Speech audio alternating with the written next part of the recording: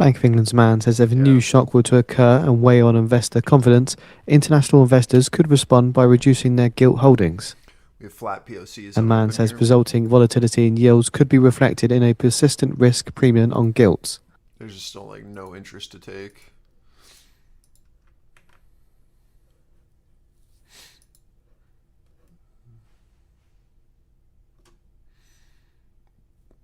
But ES is just so bullish in comparison. Let's see what we can do. I think NQ will follow.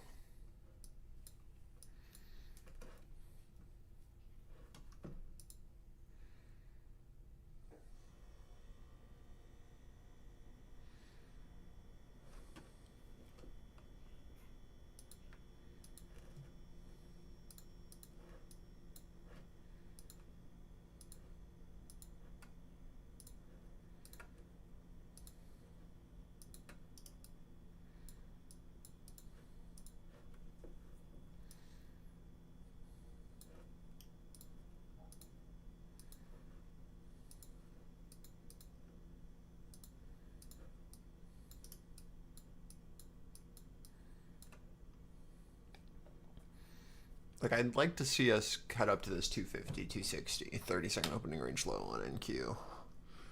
Really want to see us battle and push above this node. But I just don't know if we're going to get it. Because if RTY and ES start to lose momentum, then we'll follow NQ instead of ES. So those need to stay relative.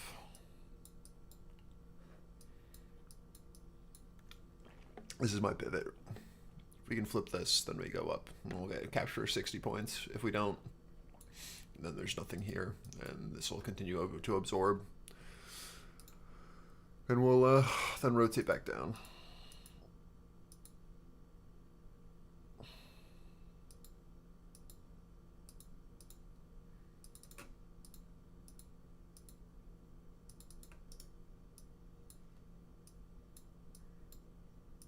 Watching for either of these outcomes.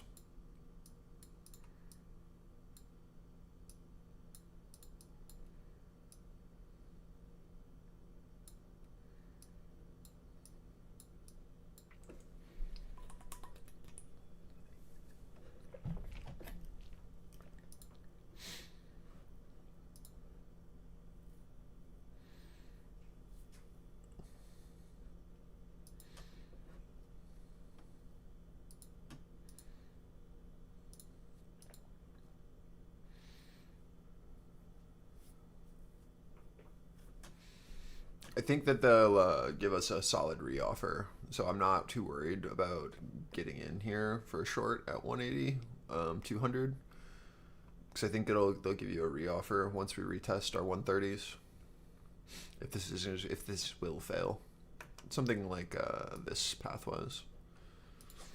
I mean, we'll see, but I'd rather wait and see what they do here, and then look for the rotation of this little range that we're trading in. Because I think that like 160, 170 will definitely reoffer if we do fail here.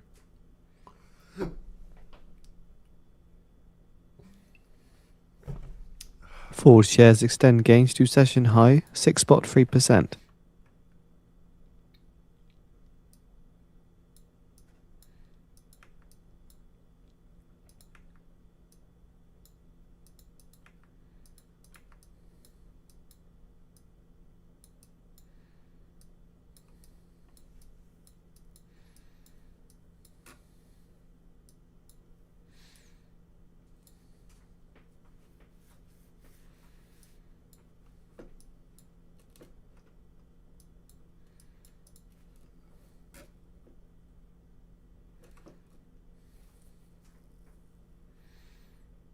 I'm just really not sold on the short yet.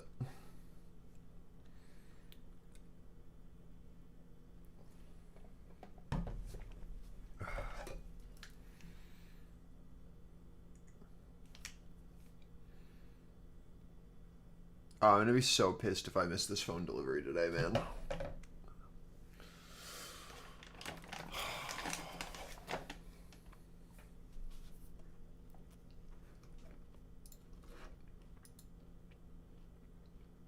At 10:30 a.m. Eastern Time, we have the weekly EIA crude oil inventories. Forecast a draw of 2.45 million, prior a draw 2.313 million, with a range of a build of 1 million to a draw of 3 million. Gasoline inventories forecast a draw of 3.05 million, prior a draw of 2.504 million. Distillate inventories forecast a draw 2.729 million, prior a draw of 1.294 million, and Cushing inventories prior a draw of 0.648 million.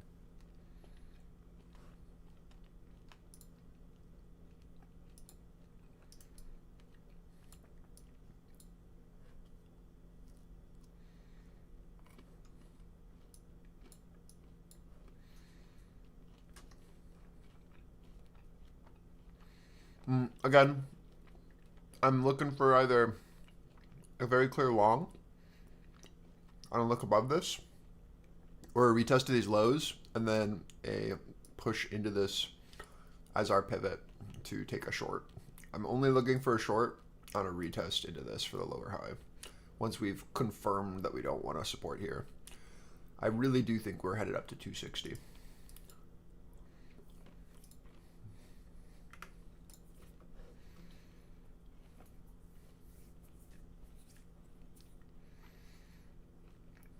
So I don't want to go crazy here and overcommit until I see like a clear lower high and reoffer on NQ.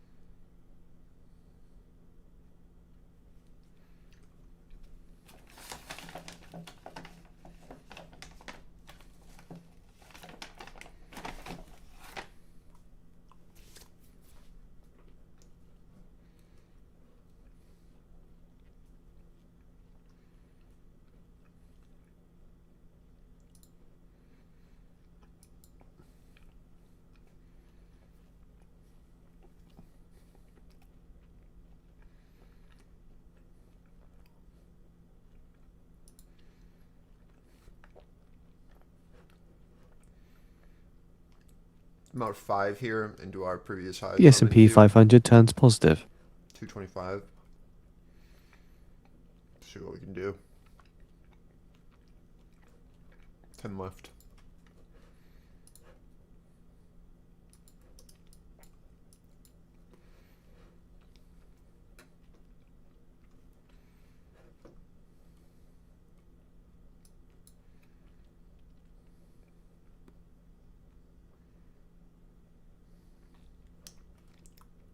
I think we'll just sweep out, to be honest. Go into that 250, 260.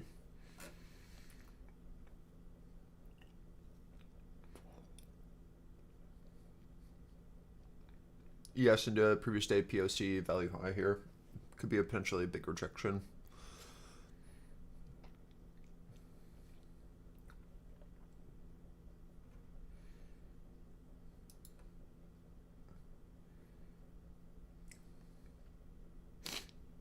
Out another 5 here into 240. And we're pushing into target now, boys.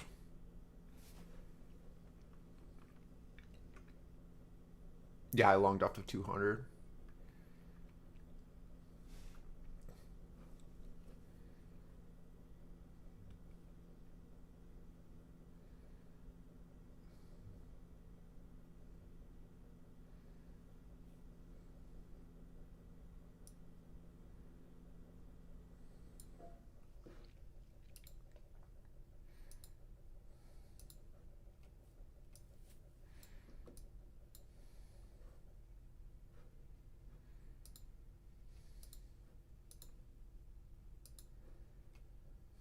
Reminder in 5 minutes time, expecting weekly EIA crude oil inventories, forecast a draw of 2.45 million, prior a draw 2.313 million, gasoline inventories, forecast a draw of There it is. 3.05 million, That's prior a target. draw 2.504 million, distillate inventories, forecast a draw of 2.729 million, prior a draw of 1.294 million, and Cushing inventories, prior a draw of 0.648 million.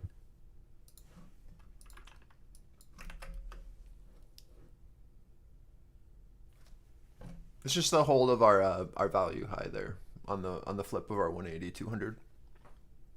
Yeah.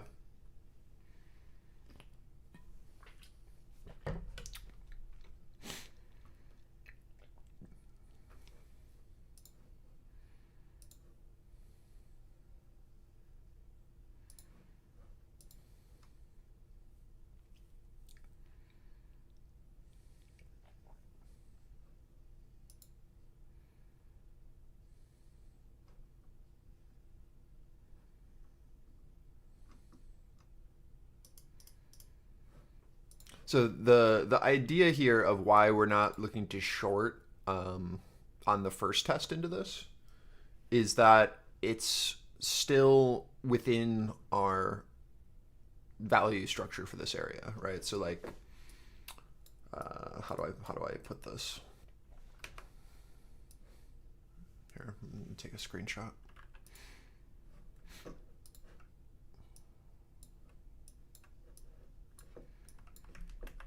Right, like this is what we're seeing. We're seeing price into these highs, yes, but I don't know if we're going to, sell side's going to win or not on this first test. And it's fine to play this as a risk, it's whatever. But with these higher lows that we're putting in, right, we're still holding and we're inside value, right? So we're not seeing any desire yet to push lower. So there is someone taking in size here, but we will get another opportunity for a short on a retest of this, right? If there's no interest to push down, we will retest our value low in the bottom of this range, and then we'll look for sell side to try to step down for a lower offer. And then we have multiple opportunities to get into this, either on the look below value low, right? And then the continuation down, or a very clear retest of POC as resistance here, right? Holding our POC to value high. So these feel like much better opportunities to me, with much higher probability for us to for this to play out after we retest this trapped participant, if we actually went down from here. So for me, I'm still seeing ES and RTY as bullish and holding where we need, and I'm seeing these higher lows, right? And I'm thinking as soon as we're able to flip over this POC to value high here, this is going to end up as a rotation back up to this liquidity up into our 250, 270, right? Into our 30-second opening range. Does that make sense? Have these become much better opportunities for us? So it's like, if we step over this, then we'll just play this imbalance that's been created here and come back up to this liquidity. And if this fails, right, and this absorption does hold, we should get a better retest here once we test these lows again and then get the reoffer. And then we can play that down. That's a much more confident play for me. So all we've done is revert back up to our 30-second opening range, right? And if we can start to build here above our previous day value high and get over our 30-second opening range, then we have expansion potential on the day. 1 minute remaining. I'll be leading with EIA crude oil balance inventories here between our two participants. Does that make sense? Is that the logic there of like why we don't short that? And now like we're into our supply, right? Very clear that this is supply here into 250 to like 290. If we can get over this previous day value, sure, great, right? Like we'll start to look for our 30-second opening range to hold, then we can look for expansion. If not, we're going to be balanced here between this node here and this node here, right? Previous day value high to previous day POC. That's the current range that we're trading in. 10 seconds. So until that shifts, right, which is what we would be looking for in this retest here, would be a look down and a look back below. A draw of 4.306 million. A draw of POC. 4.306 million. Expect Gasoline inventories, this a is a draw of flag. 4.084 million. A draw of For those. 4.084 million compared to the forecasted draw of 3.05 million. Distillate inventories, a build of 0.190 million. A build of 0.190 million compared to the forecasted draw of 2.792 million. Cushing inventories, a draw of 1.702 million. A draw of 1.702 million.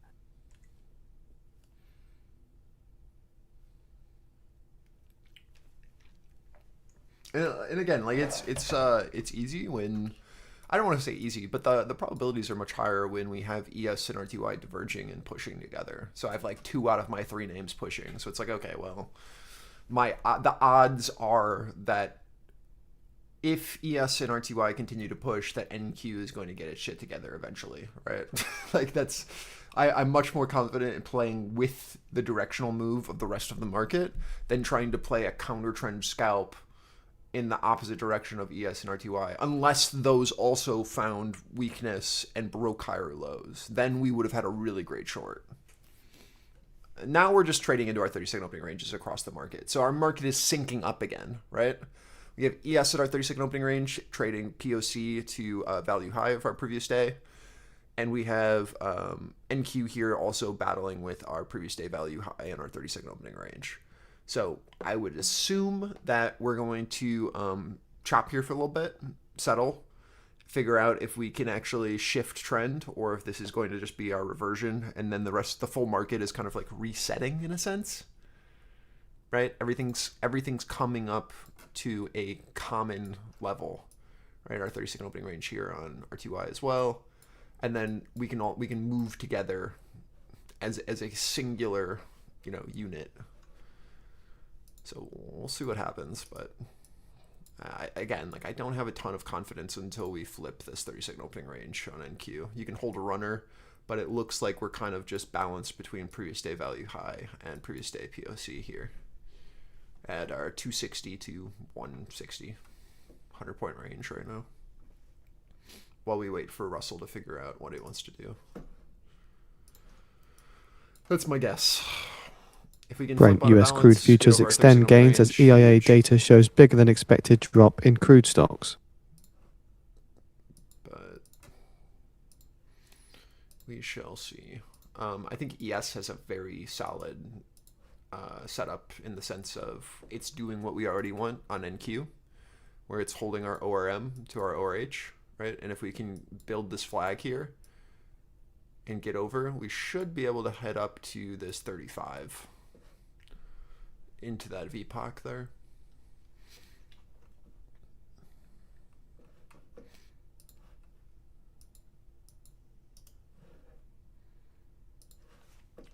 NQ much less confident until we can flip this. Like I said, it's just there's not much here.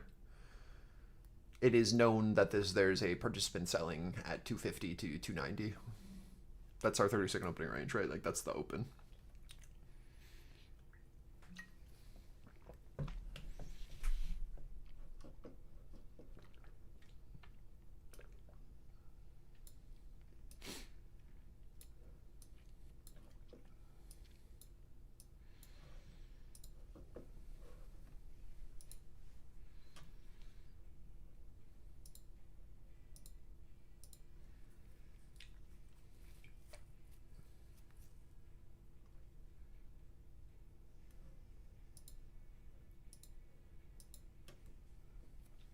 See if these flags can do something. RTY pushing up into our 30-second opening range. That will determine market direction, in my opinion. If we lose momentum there or not.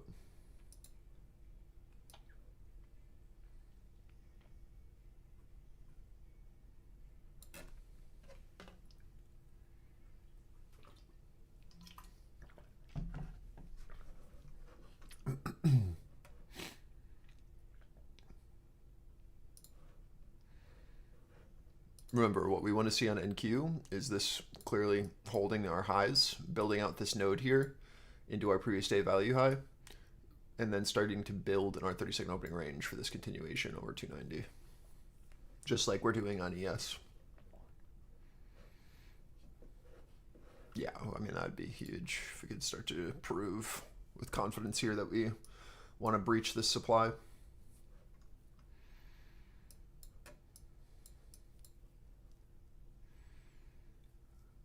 This 270 to 290 is just like, has a huge seller sitting.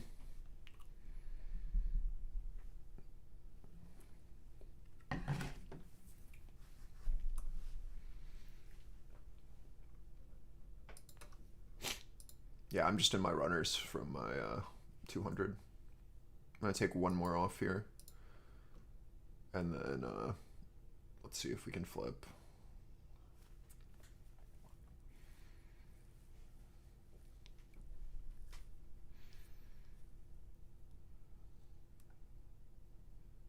So according to the EIA, the US weekly withdrawal from SBR hit record high in the latest week.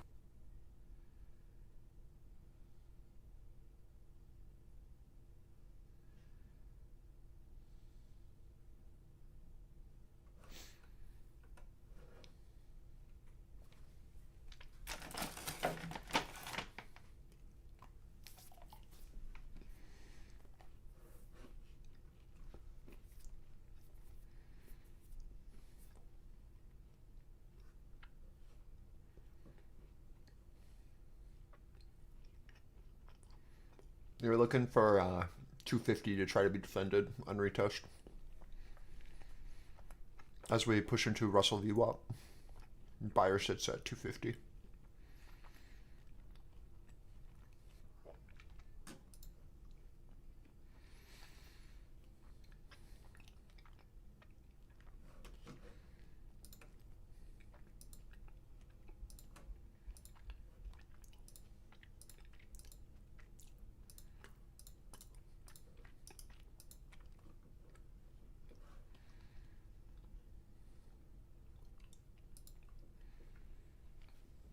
All right, let me see if I can like pull up this FedEx app and track this thing in a better time frame than 4 hours of just it'll show up.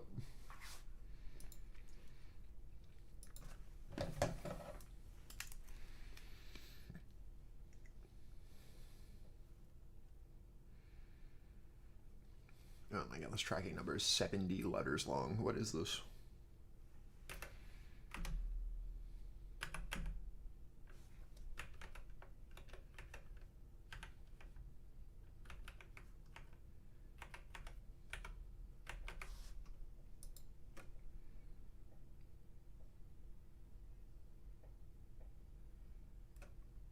No results found for my tracking number. Huge.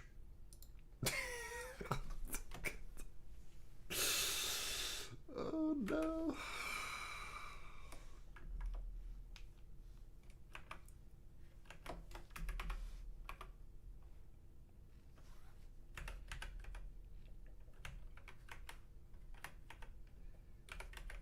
Okay, let's try this again. Surely it's user error. Nope. Okay.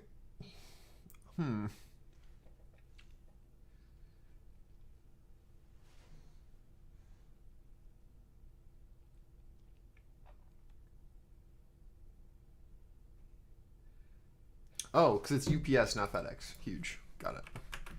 Let's try this again. User error. Skill issue.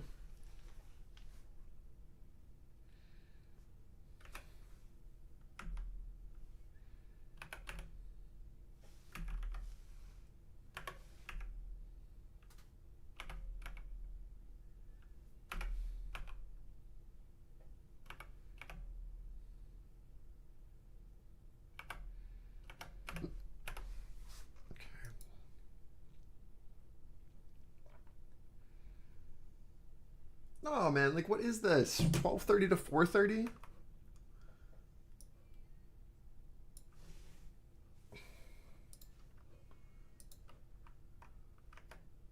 And of course I can sign digitally if I sign up and pay for their UPS subscription.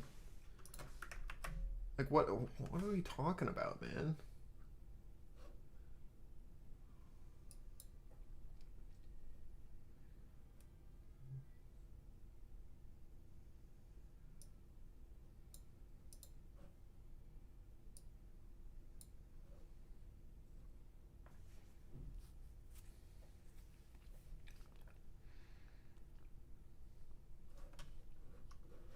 Yeah, it always is.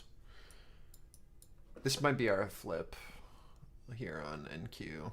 Keeping my eye on it. Everything was rejecting where we thought it would.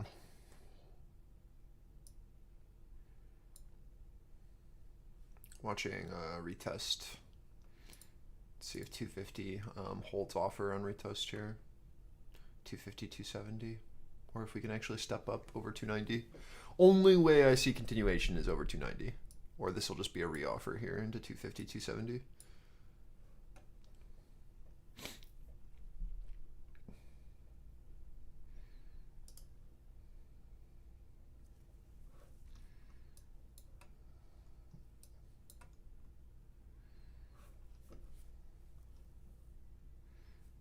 See what they do. They've got to take this quick.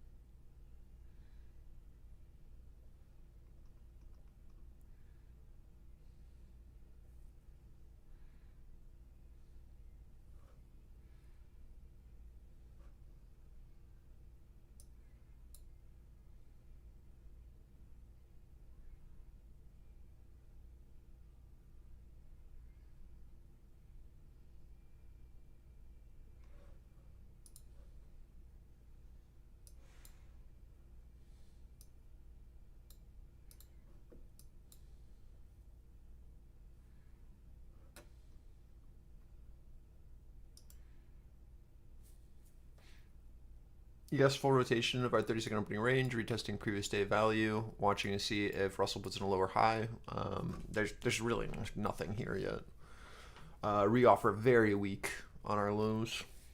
Still haven't taken out highs. I need to see a shift over 290 for this to really feel anything. Sell side had its chance to try to put in this lower high here for a rotation back down. This liquidity is still offsides, right? We haven't taken it out, but there's been no real desire to push lower, just as there's no desire to push higher as of yet. It kind of just is what it is while we're waiting here. This is why I don't like trading in our 30-second opening range. Just feels a little too neutral for me. But this liquidity is still offsides outside of this box that we're trading in. We're just watching to see if we can flip this and bid, push up, or if this is going to continue to hold, and then we'll get another rotation back down, trading between, remember, our balance right now is previous day POC to previous day value high. And we are trying to build outside of this value.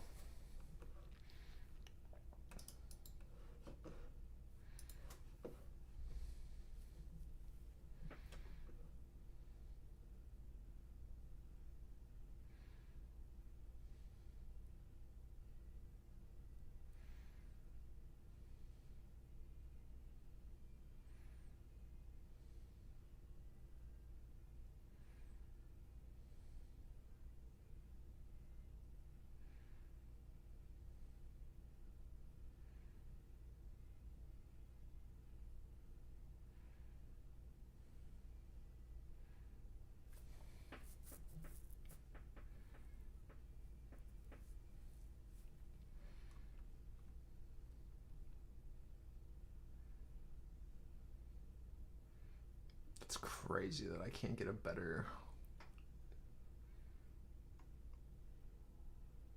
time frame.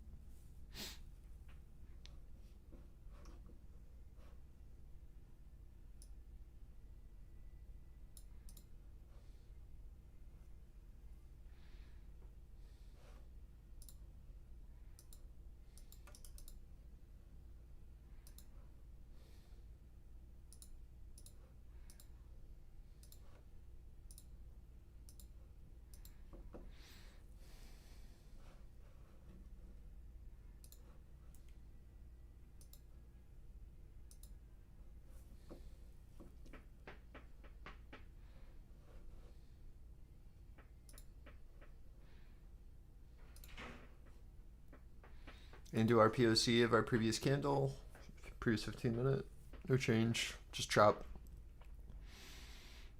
Again, we gotta show interest over 290 for me to care, or you're just gonna get chopped up here.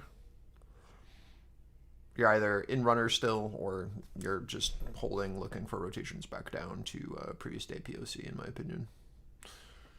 So like, if we don't take out highs, then there's no invalidation, right? But like there's nothing else to do here other than play around this here, or looking for the pop and hold above. It's like this, there's a buyer here into these lows, right? And there's a seller here into these highs. So until we push outside of this area and show which way we want to go after looking for liquidity, it's just going to be very choppy here, and you're going to get stopped out a lot and give back a lot of your gains from a good trade that we had below. So just keep that in mind, that when we trade in areas like this that are very indecisive and we haven't gotten our catalyst yet of a trap, and we're just trading with inside candle, right? We have no trapped liquidity yet outside. You're going to have a really bad time. Just being impatient. We can see very clearly where we need to push through on ES, right? POC to value holding at our highs here.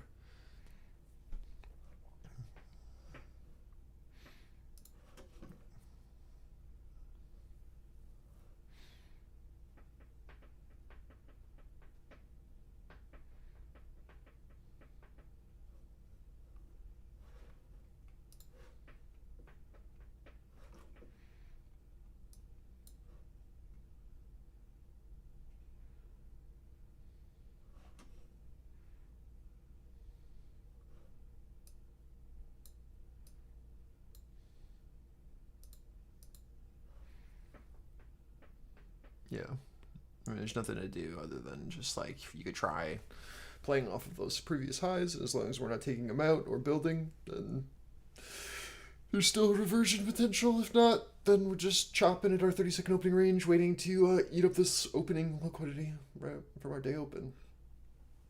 We flip it and hold, sweet. If not, then we'll rotate back down to where buyers were last from a lack of desire here. But it really feels like we're just waiting on ES and RTY to figure their shit out.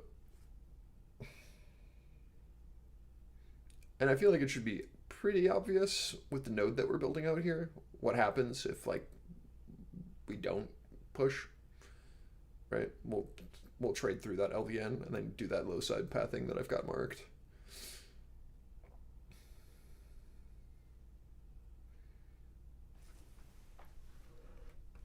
Right, like it's pretty obvious that we're building out a node at 280 to 220, and if this fails, then we'll hold and then rotate through this LVN back down to this 180 structure.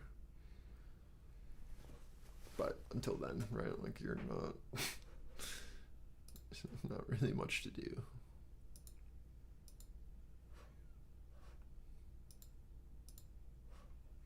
We can see that the daily POC is trying to shift up here at 250. Could be good. If not, right, like the target is just the POC shift back down to 174. If it fails on a look above, fail, and then look below and hold. But uptrend still intact. Yeah, exactly. That's what we need to wait for.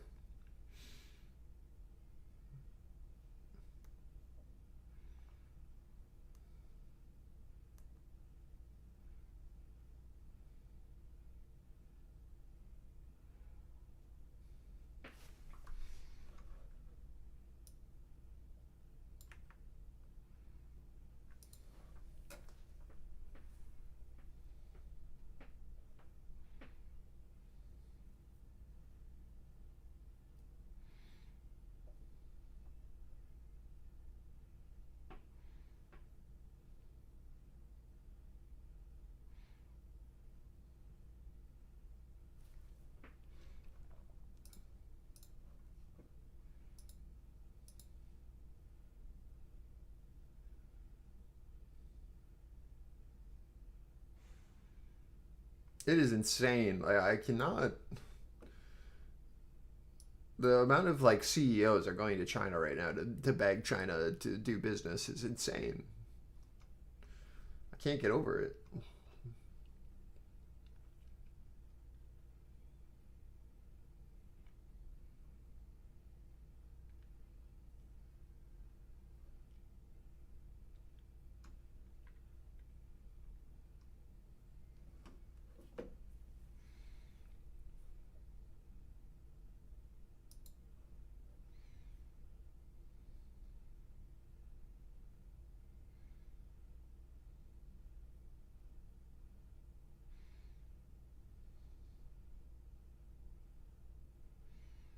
RTY, a really nice bid at VWAP and RETH. Low here.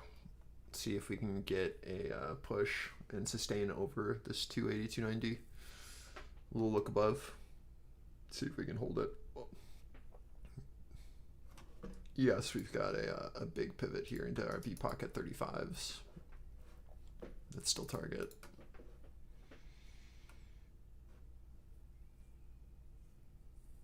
Offer sitting 300s on NQ, but I think I'm not really worried about them.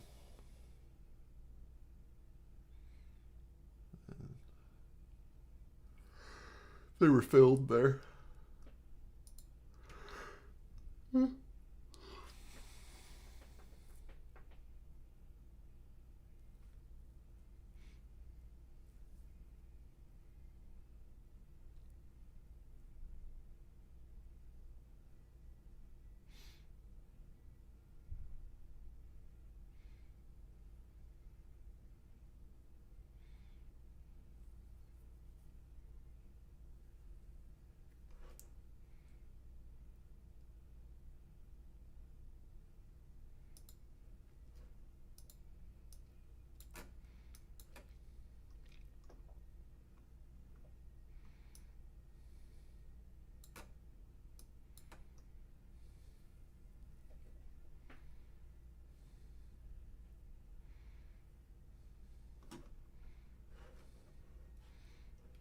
I'm hoping that we get a slight pullback as we push into our VPOC here, and then we'll go for 340, 360 on NQ.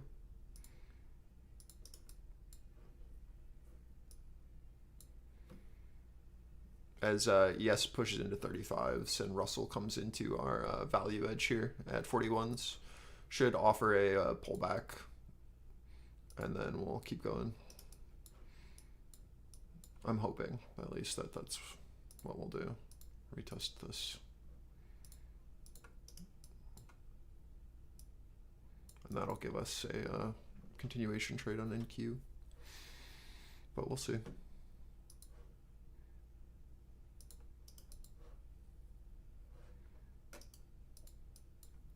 We're headed for 340 regardless, but I'm hoping that I can add here.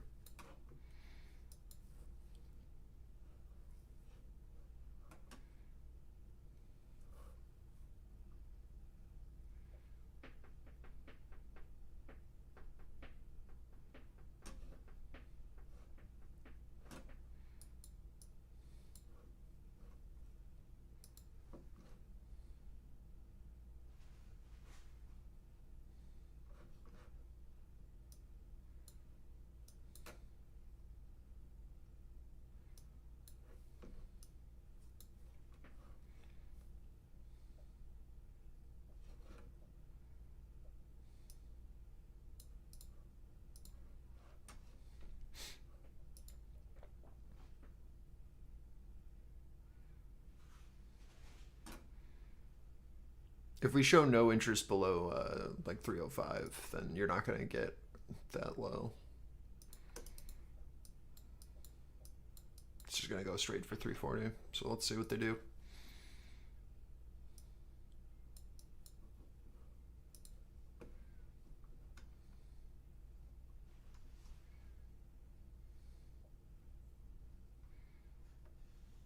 This is where we'll either find liquidity, our bid, or we'll rotate back down to our like 280, 290.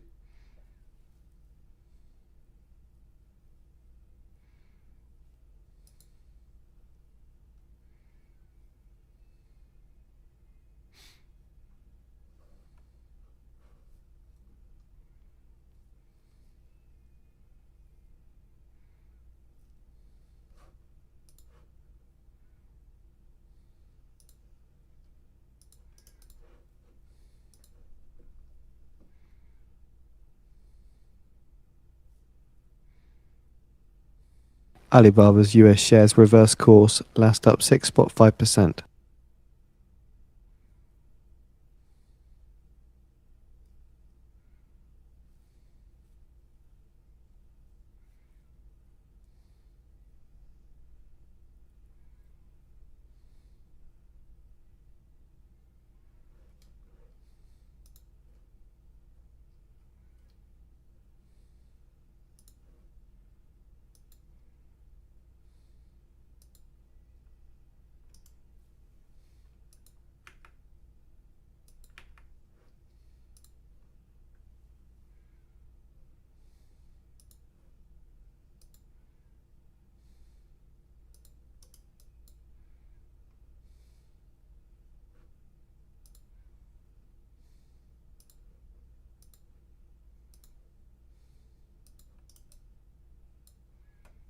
What's up, RM?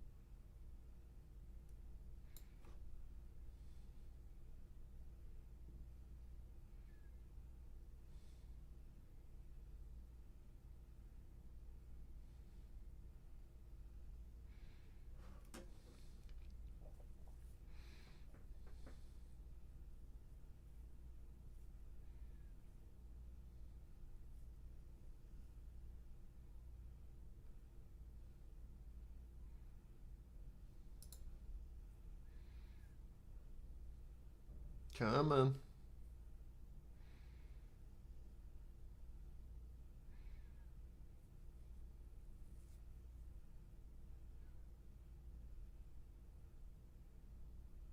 Should we be worried about the hantavirus? No. I don't think so. It's not very spreadable.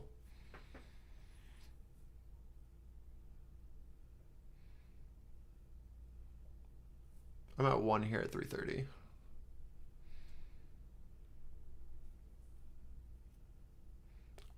Are you going on a cruise ship? Then I think you'll be alright.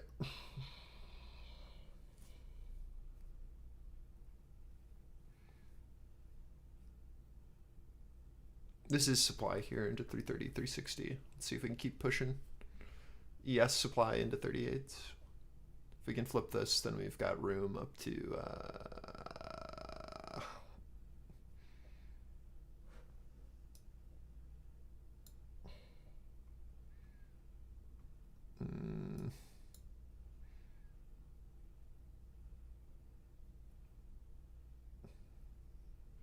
I don't know. I mean, we should just be able to go up to like 40, 42, but we'll see. I think it's just going to matter where Russell finds lost Momo, which is probably just into 46, if I'm being honest, but we'll see.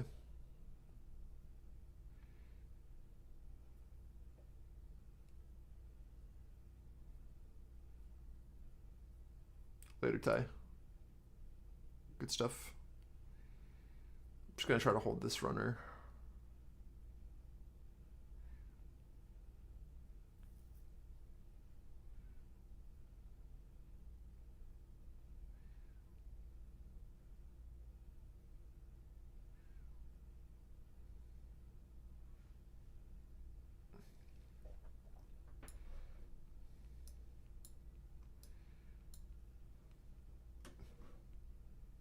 You fumbled the bag? You think so? It seems like you had a good read.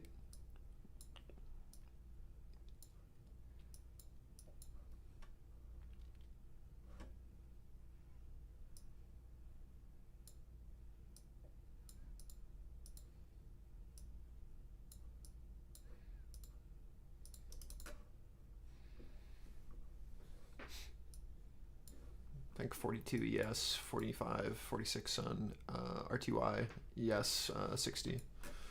That's the current idea right now. So we push up into these highs. Let's see what we can do. I took in off 2 of my 3 contracts.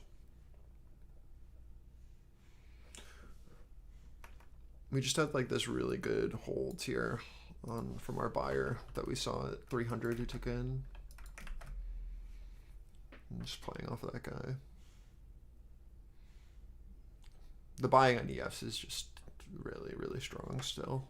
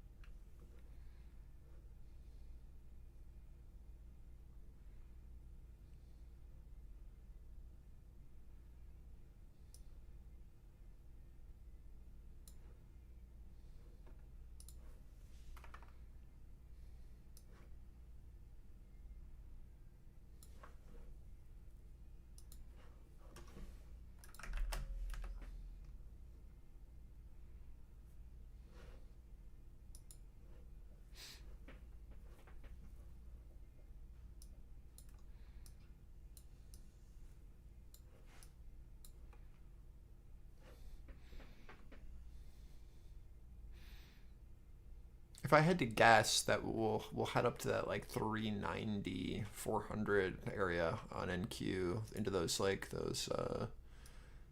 this block up here, into those deltas. But The Bank of Canada says signs of small productivity gains from AI are emerging. AI has potential to boost productivity and living standards. AI might change how people work, but not lead to fewer jobs. And the Bank of Canada says about 12% of Canadian firms use AI and are uneven across sectors. Bank of Canada's Alexa Polos gives a speech on AI and productivity in Ottawa. And furthermore, Bank of Canada says AI has not led to large-scale job losses in Canada. I love the bullish takes on AI, where it's not bullish for business, but bullish for the worker and how it's going to improve life. When has a corporation ever been like, you know what, you're doing just as much work, that's okay, like you take a break. Our standards aren't going up. We don't expect more efficiency out of you.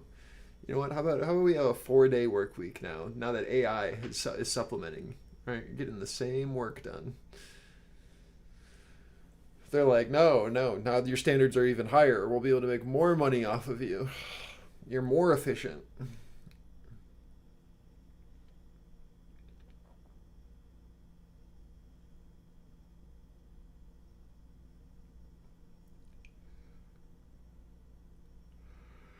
It's empty.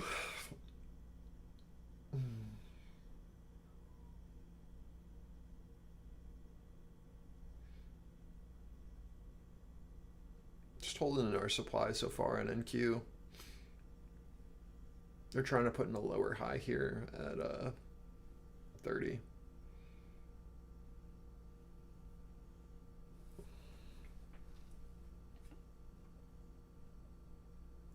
Yeah, appreciate you, Ben. Later.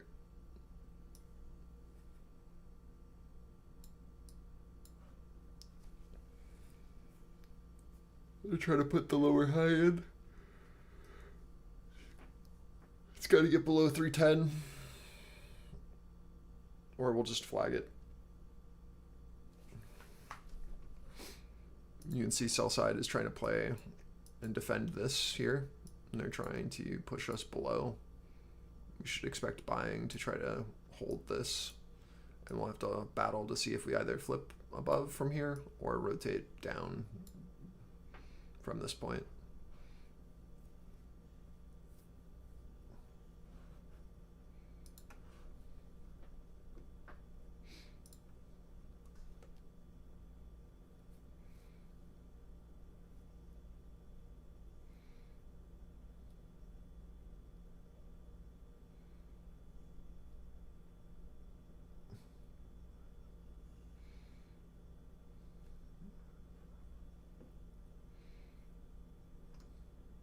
Let's see what we can do. If we can defend this like 300, 310, that'd be sick. If not, then we'll probably rotate down to 250, 260.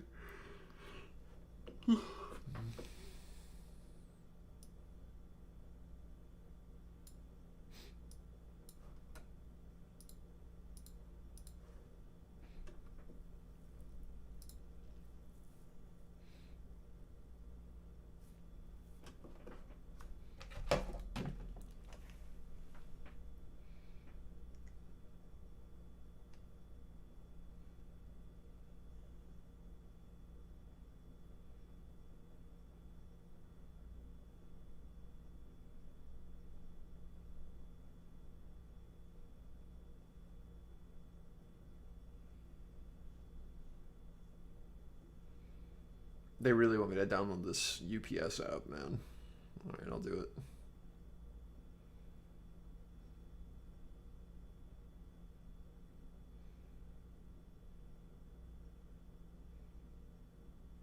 Good hold so far. Retesting our offer here into 330. Again, they're going to try to defend this like 330, 350 for the lower high.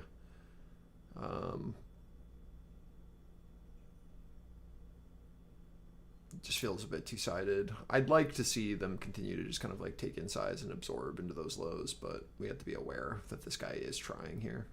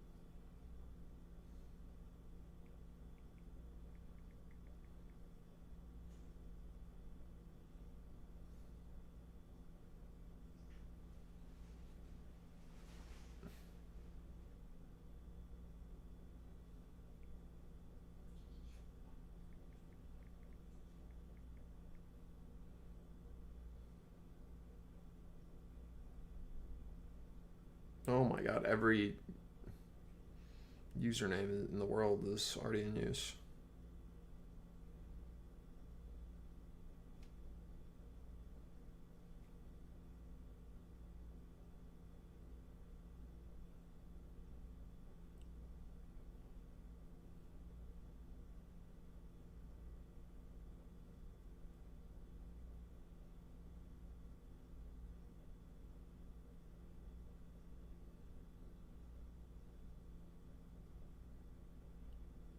This is your first target if you're playing off of that 30 to 50. Again, we got to get below this 300, 310, or we're just going to take in size here and then look for that flip. This is Russell into VWAP where we expect to bounce, and ES into our value high. So let's see if sell side can do something with this, or if they just get taken in and then we go from here.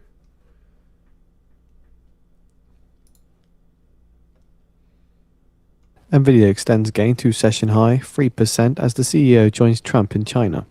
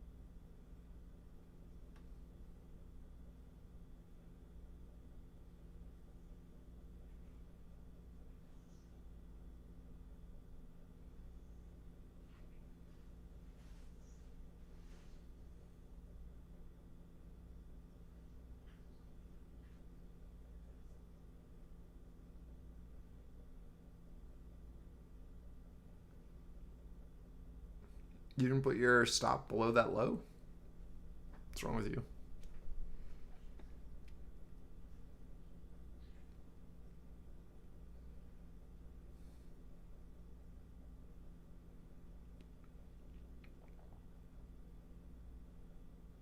Oh, okay.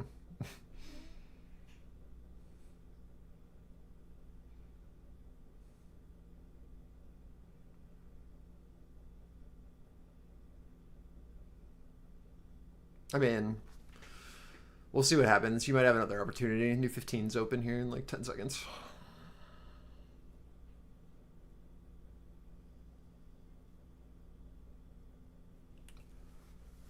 But good bounce so far. Needs to get over 300 or 330, or this is meaningless.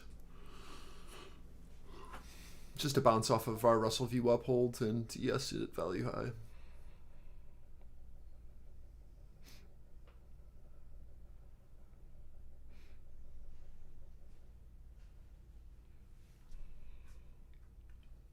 Again, 330, great first risk off. You're playing off of 300, 310. And then if we flip over 350s, we go up. If it doesn't, then there's nothing new. Right, just following our pathing. Just nothing crazy here.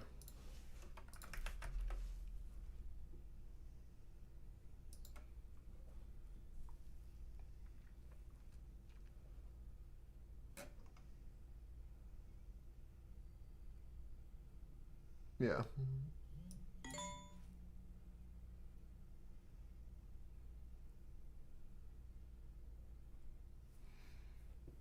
But if offer doesn't want to take out these highs, then you should be concerned. But this is a good bounce across the board so far, even just for a scalp. We'll see if we can take out these highs from our bounce points here. But good oscillation on Russell. Yes, sir.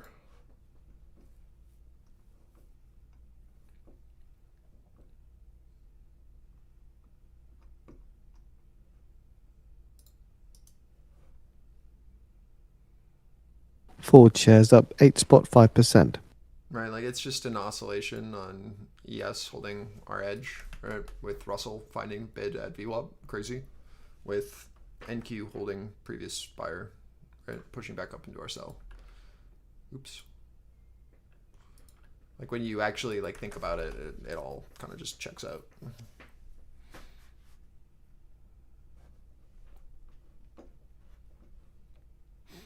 But we do need to break highs for this to do anything new.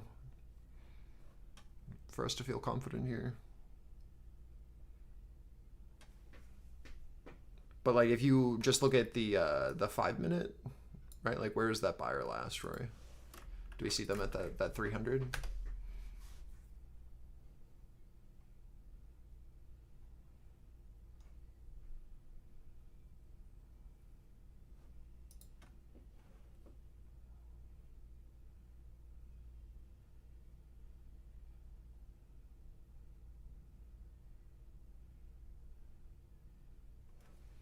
And do we have confluence with anything on ES in that area as well? Do we have like a huge buying node there on our deltas?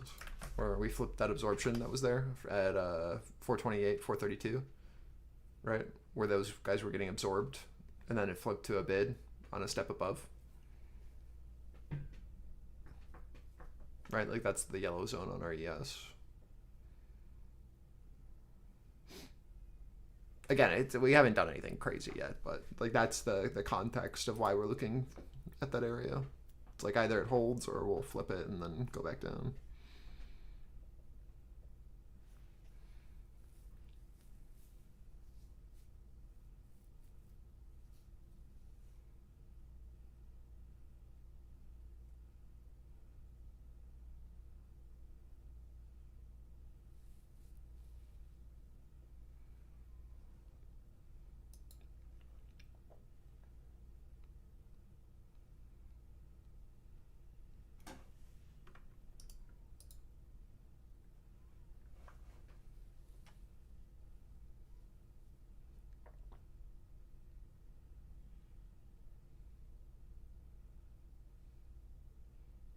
No take of highs yet on ES or on NQ. Russell top of our oscillation. You should only be in runners at this point if you're playing off of those lows. You need to be fully willing to give it all back if you're not taking profit here. We want to see a higher low, ideally. You know, like 320s would be a good area to be looking for a bid, 315.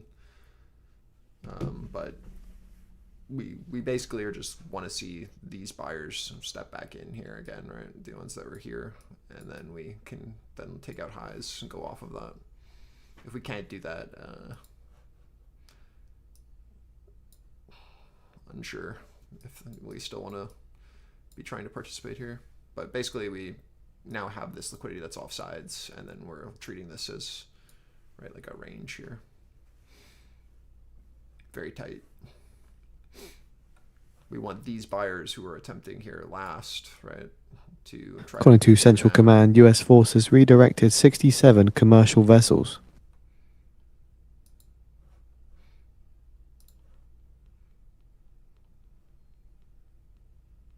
So in 10 minutes' time, we're expecting comments from Fed's Collins, who's giving remarks and participates in a fireside chat with the Boston Economic Club Federal Reserve Bank of Boston.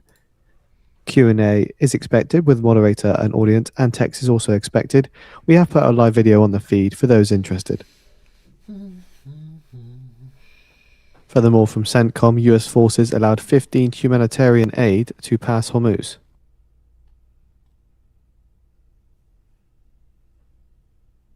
And CENTCOM said US forces disabled 4 vessels.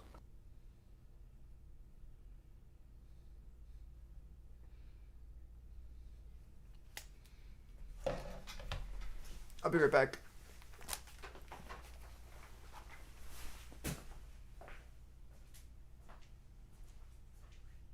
The Nasdaq 100 extends gains to 0.5%.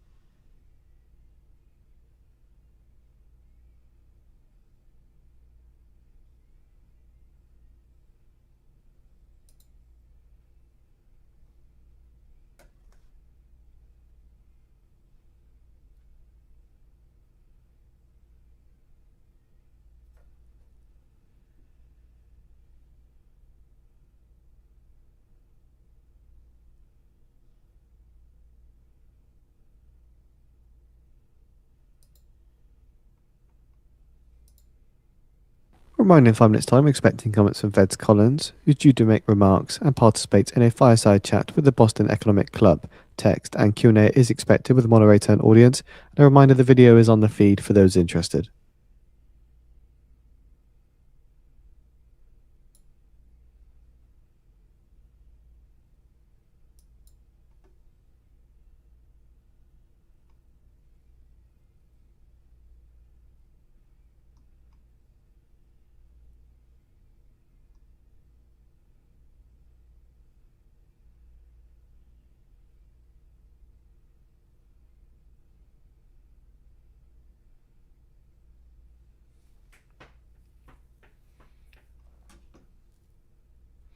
No break of highs on ES or NQ. Offer still holding. Reversion signals are both still in play from our highs. Again, no take. Just a rotation back down off of another failure. Nothing to do here. Just trap. Either we take out those highs and then we look for bid, or we'll look for pullbacks to our previous buyers where desire was found last.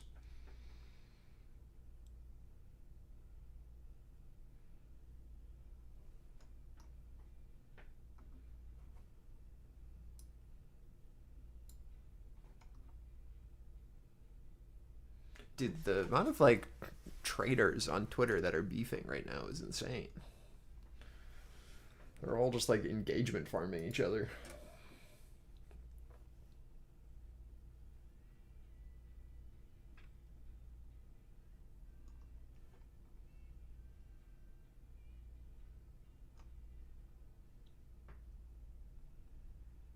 Are they bots? No. I mean, do they have bot personalities? Yes. But they're all like big traders. That market mommy lady just like has beef with every single person in the world. It's insane.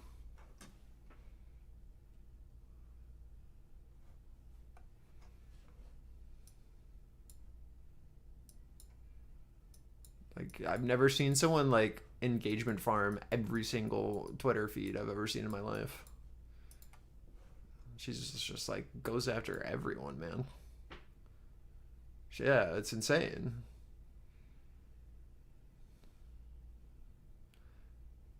She talks like she like just discovered like what a dom is like a week ago.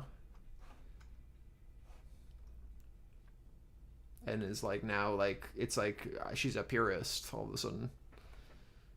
I keep saying she, but I don't know if that's true or if it's just for engagement. Market mommy? I don't know. She just calls out literally everyone. It's crazy.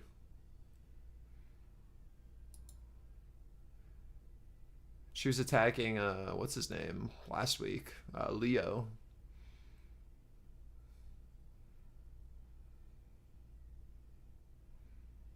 Like, how are you gonna be mad at a man for releasing a free dom? Like, like what is wrong with you? Like people who are like actually doing things for like the trading community. You're like attacking him now. Like, all right, man.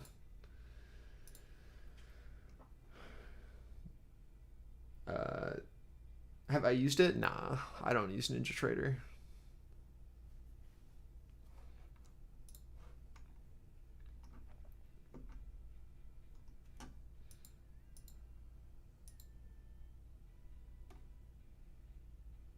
Yeah, it's the same platform. Yeah, I think so. 1 minute remaining.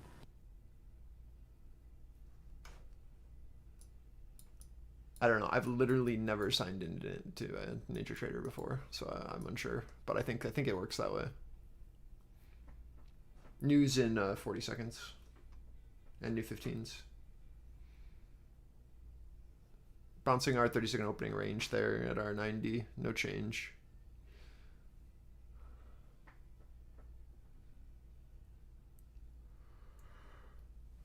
Uh.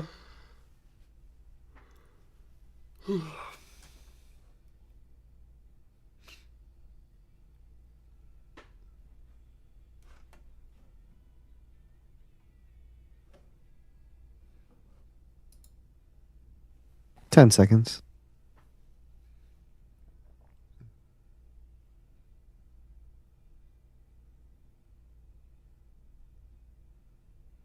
New 15s, opening below POC on NQ, opening above Fed's POC on Collins ES. says it's possible for US central banks Russell need to Lee. hike interest rates to cool inflation pressures.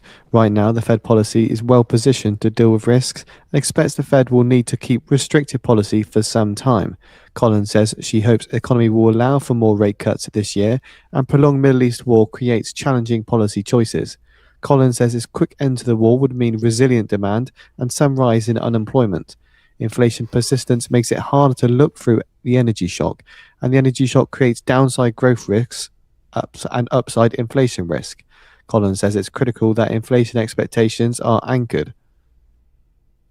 Collins also says inflation will not abate this year and could cool in 2027. And Collins says she is not worried about inflation outlook right now. The longer the war goes on, the greater the inflation impact, and the US is more insulated against energy shocks than in the past.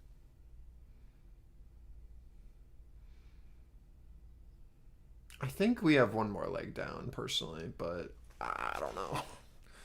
Like, there's definitely someone trying to buy a 290, but I'm thinking like 240, 260 is probably the play. But maybe I missed this move. I don't know.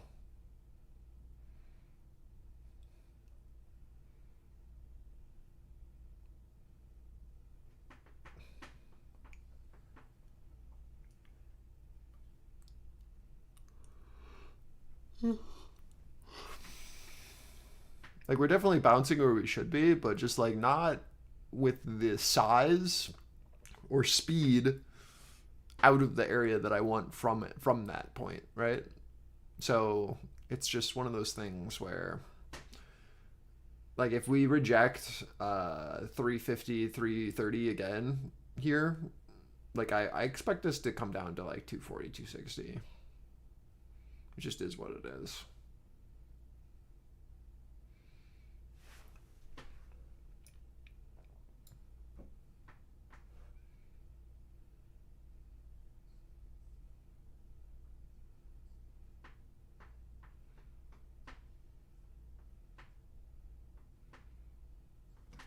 I don't know. If you're playing off of this 290 and you had the balls to get in, like I definitely take off one into 330.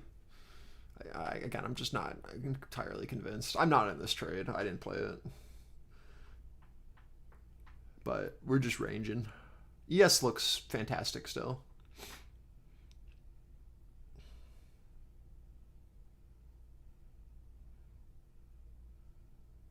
Yeah, here's your 330. Let's see what sell side does here.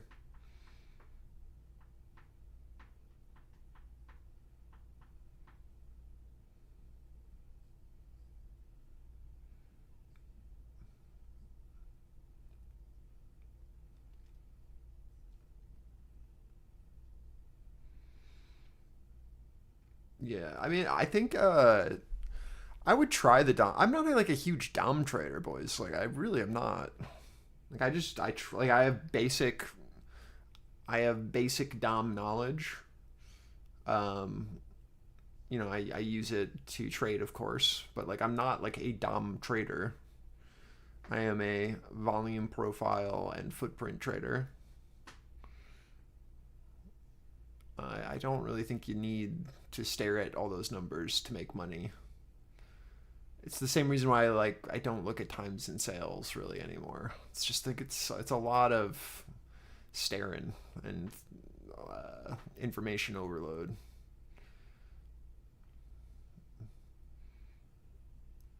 It definitely it works, right? And it's good to know and understand how the market works, but I don't think it's a necessary skill to have to make money in the market.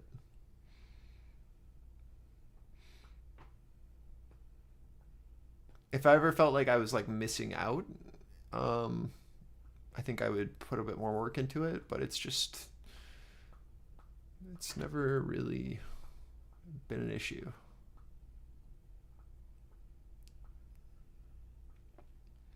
And I think with like learning the DOM in a more advanced sense, like if you're gonna trade DOM with no charts, and you're gonna you need to like run through drills for like months and months and months.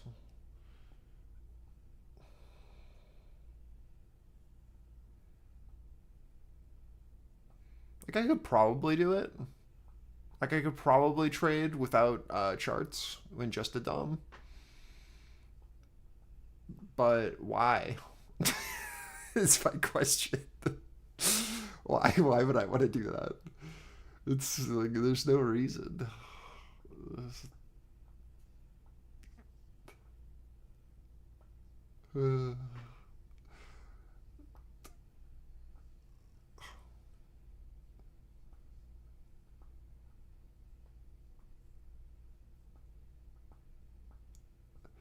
Like volume profile is just so brain dead, man.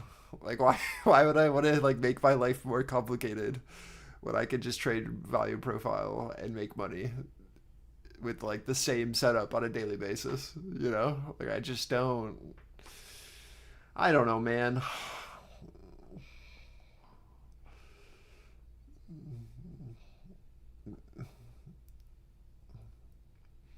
I feel like there's like an elitism to being a dom trader, that like people feel the need to like have that in them to feel like they're like valid as a trader. And it's like, nah, man, whatever makes you money, I don't care. Yeah, ICT trader for all I care. If you're making money, good for you. I mean, God bless if you're making money as an ICT trader, but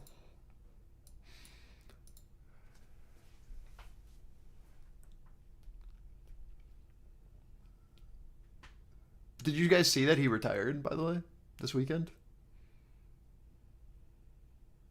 He had like an hour-long rant where he said that he talked to God, like he actually had a conversation with God. What? Uh, and then retired. Yeah, he's God's chosen, bro.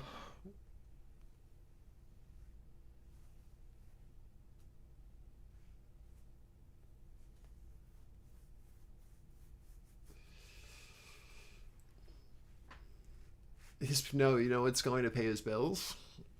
His YouTube videos, where he has classes for 10,000 years since like 2000 that he's just making all of his users watch from the start, that are all public.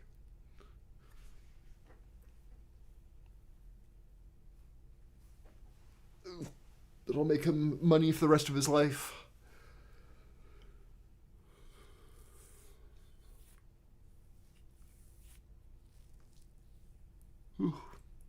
I don't think like a person like that can actually retire though. He's one of those guys where I think he like needs the Twitter engagement to feel alive. I don't think he can survive without it. I think he has to feel relevant.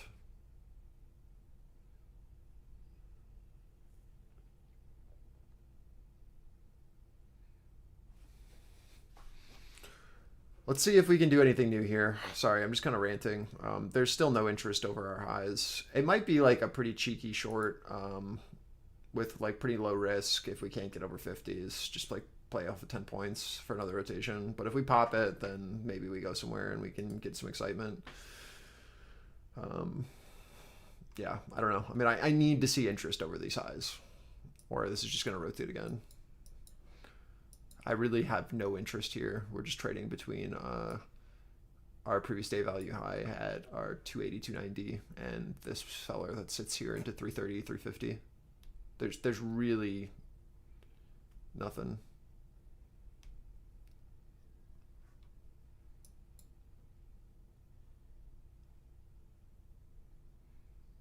ES and RTY leading.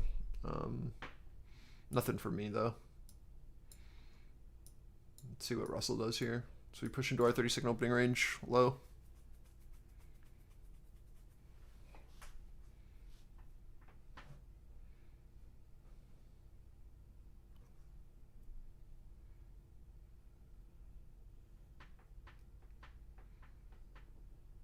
ES is just so much cleaner in the day. It's crazy.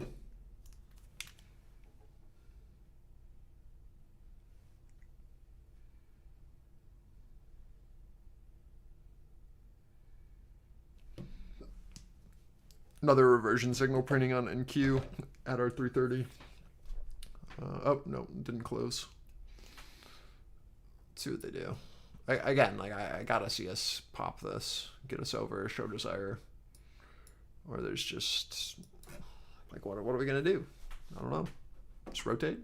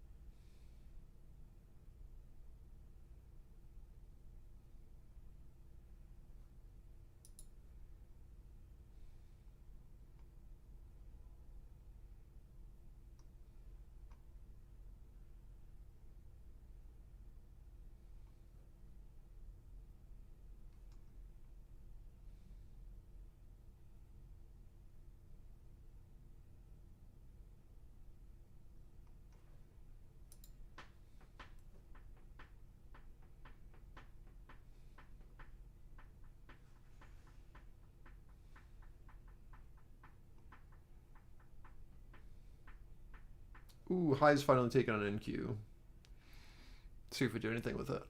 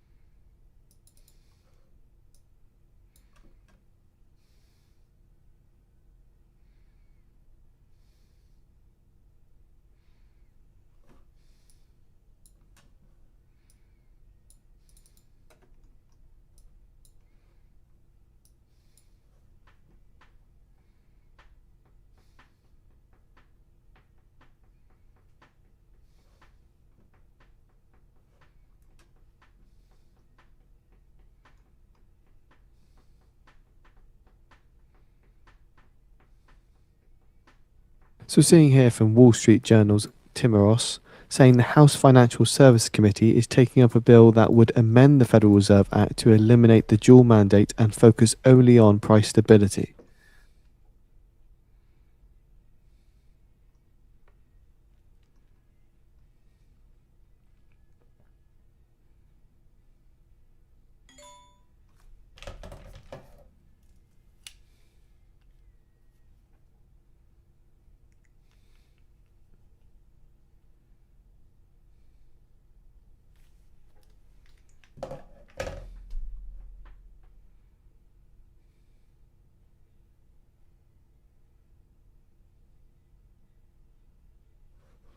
Good bid. Now that we've taken out highs on NQ, let's see if we can get in and keep going.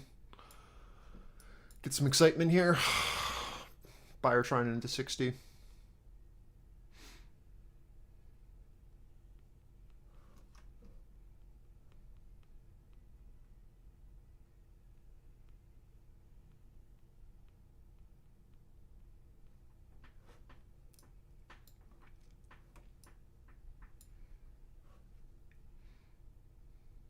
There's just so much previous absorption here into 390 to 410. It makes me a little scared.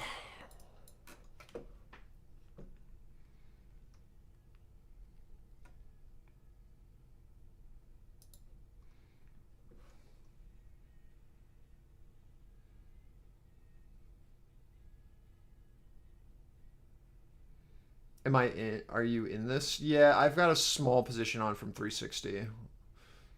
Just off of the flip. Once we took out highs.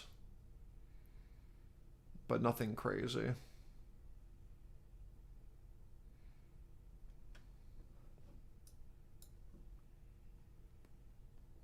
New 15s, 10 seconds.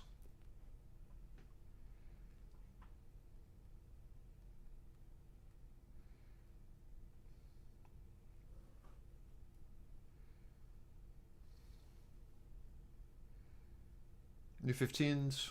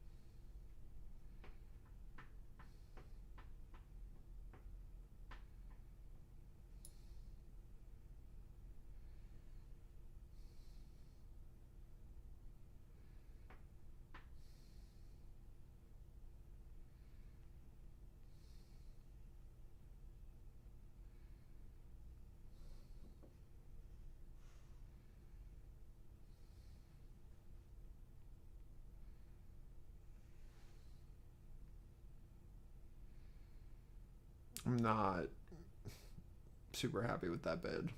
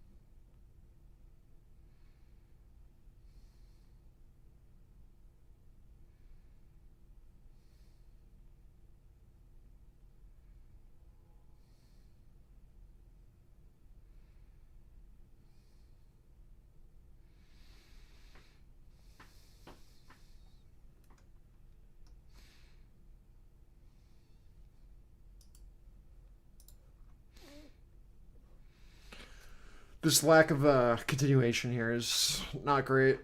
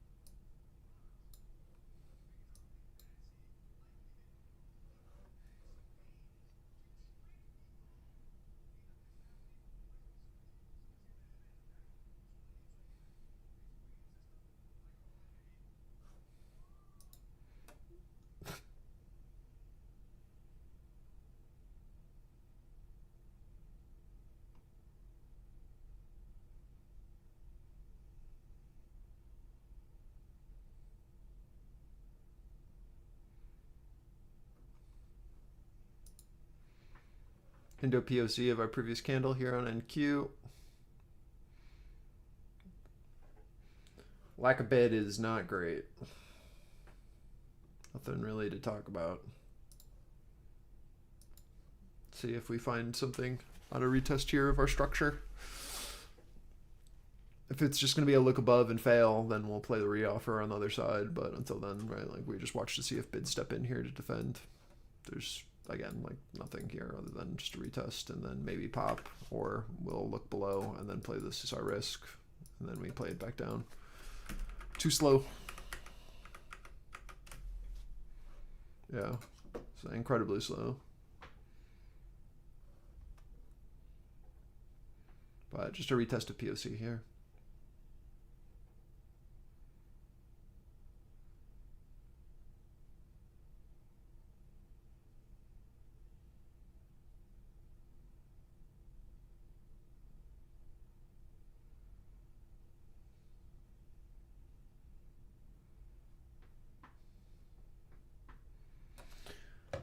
Where's this delivery order, man? I know I'm going to miss it. I'm going to be so mad.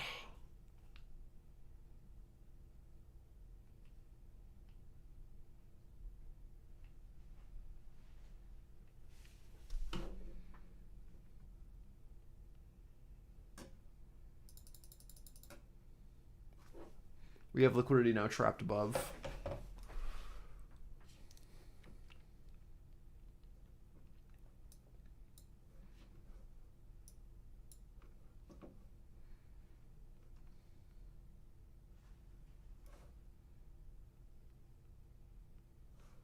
Very important if we're going to do this reversal with anything real. Let's see what we can do here.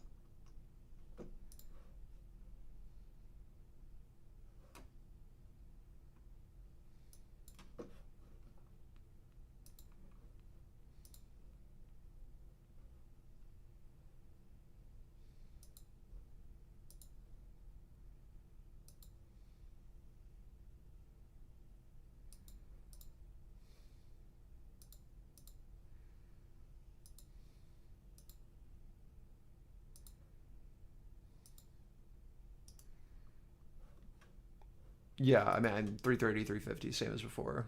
If this guy steps in, then that liquidity is offsides, and then we go down to at least 300. If we flip it, then okay, they failed.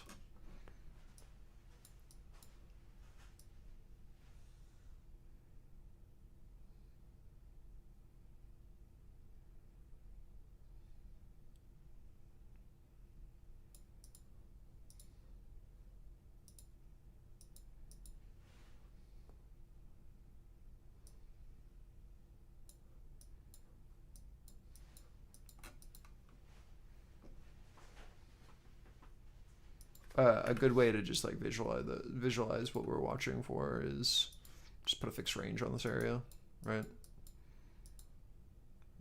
Do we hold this look back into value and then rotate down, or can we trap on both sides and then go for some sort of continuation? But we have to be aware of a potential seller that steps in here on the look back in with this liquidity above. But it's fucking slow, man. It is slow.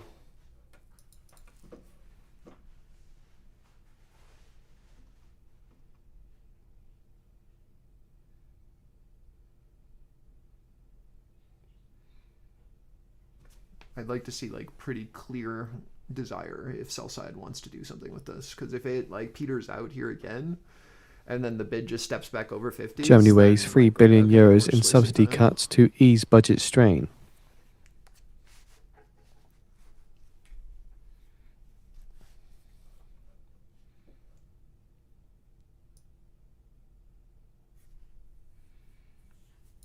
Yeah, like if this like doesn't work, then I'm just gonna switch to ES for the rest of the day probably, because it's just such an easier read with POCs just holding a supportive on the way up. You know what I mean? But if this NQ hold works, then we have a really solid structural trade down to 300.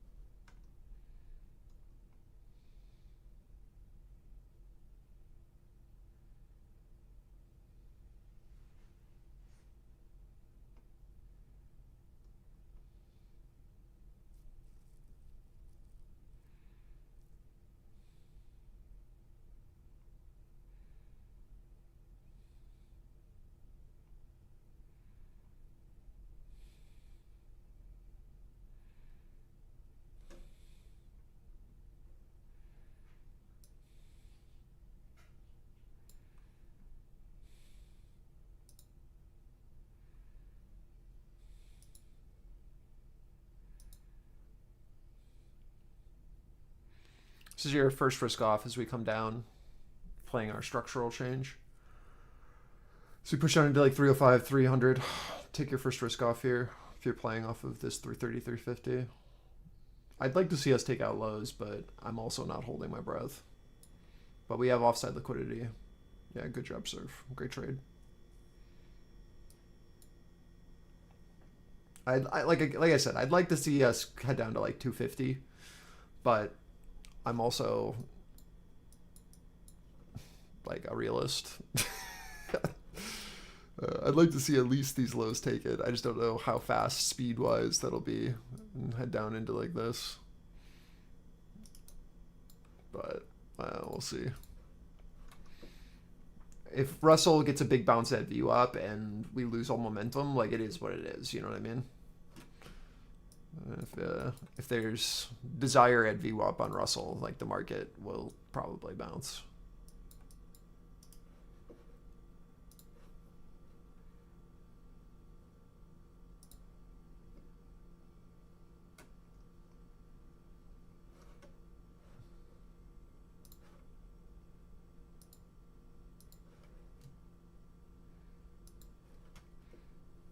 But yeah, that's a very easy structural trade. I just wish it was a bit quicker. But as soon as we trap above on that look, and then we enter back inside value, right? Like that's a pretty, again, like it's just a structural trade. Make up for some of the fail at the high, you know.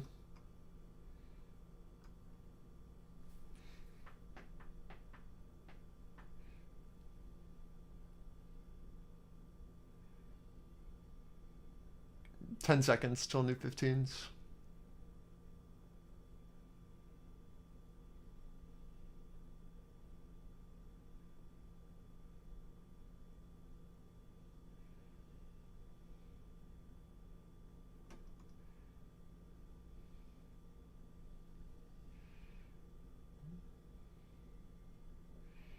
watching as we push into Russell view up here. Take out lows, you fucks.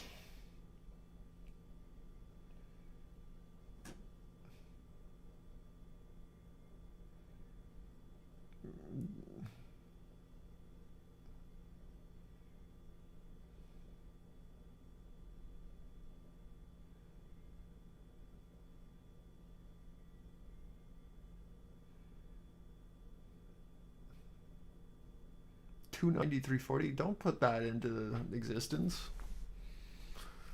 Don't make this retrace on me. Yeah. I mean, it only makes sense with Russell bouncing view up.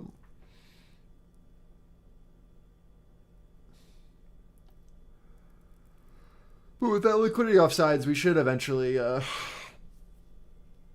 head down. But is it worth staying in the position? I don't know.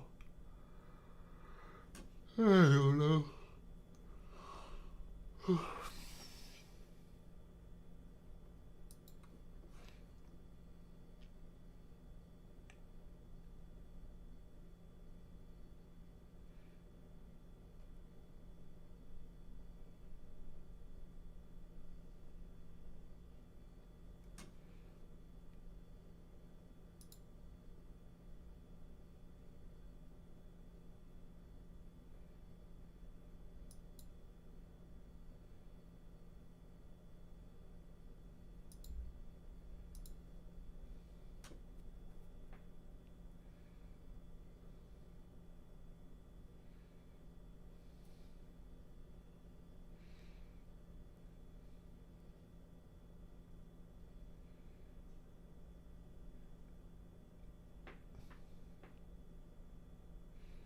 Into our pivot here, sell side 330, 350, and see if we flip it and bid, or if offer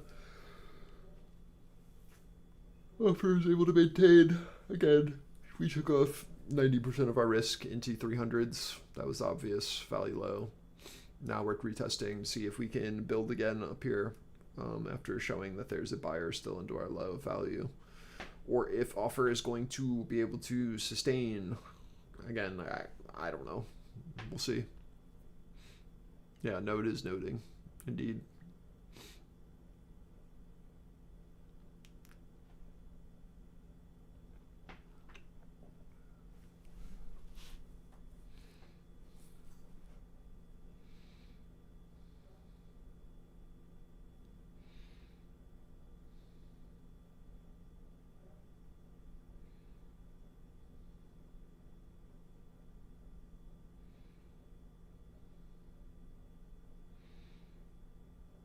Yeah, I mean, this is our test to see now. We should always expect buyers at 300. The thing is the offer going to be able to put in a lower high and defend these guys who are offsides above, or does it flip? I don't know. We'll see. Trend is still up.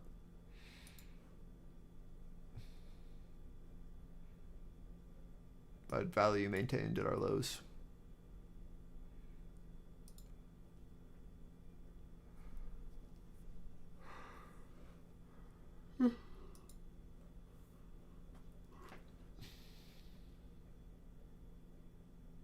At 320? The hell's 320?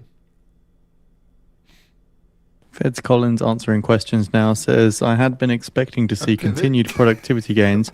It's not just AI driven. What pivot?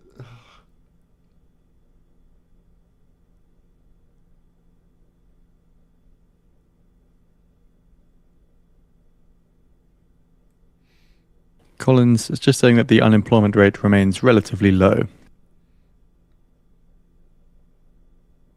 Yeah, wait, what?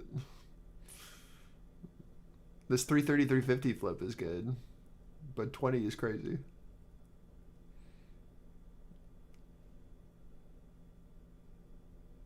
You like bought as we were pushing up into POC of the node. I mean, I'm glad it worked, but that's kind of crazy. A lot could have gone wrong there. Yes, potential 3-bar on the 15.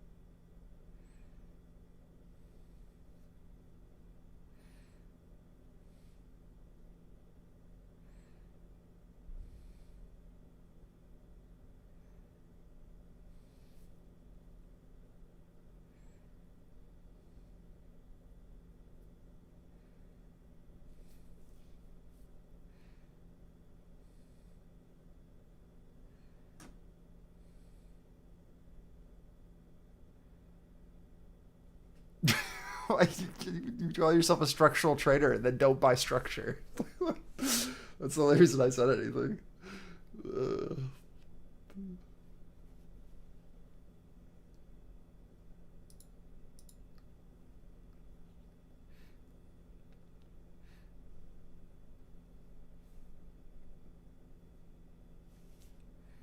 Feds Collins says there has been a long list of recent supply shocks. It's very focused on supply side issues. I'm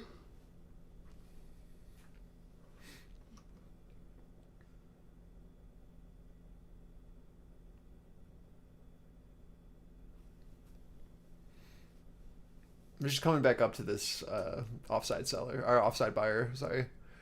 Again, we're just watching to see if we can start to sustain above POC of this range here at our 330. If we can, and then we can push these highs, great. If not, right, nothing has changed. Russell showing weakness, ES not caring. We're really watching to see if we can start to bid here over POC to value, right, and go for these highs. Or if this is going to fail and then rotate us down again. I don't, it's moving very slow, so we'll see what they do. But that is what they are attempting here. Just a very clear structural play here off of our POC of this range.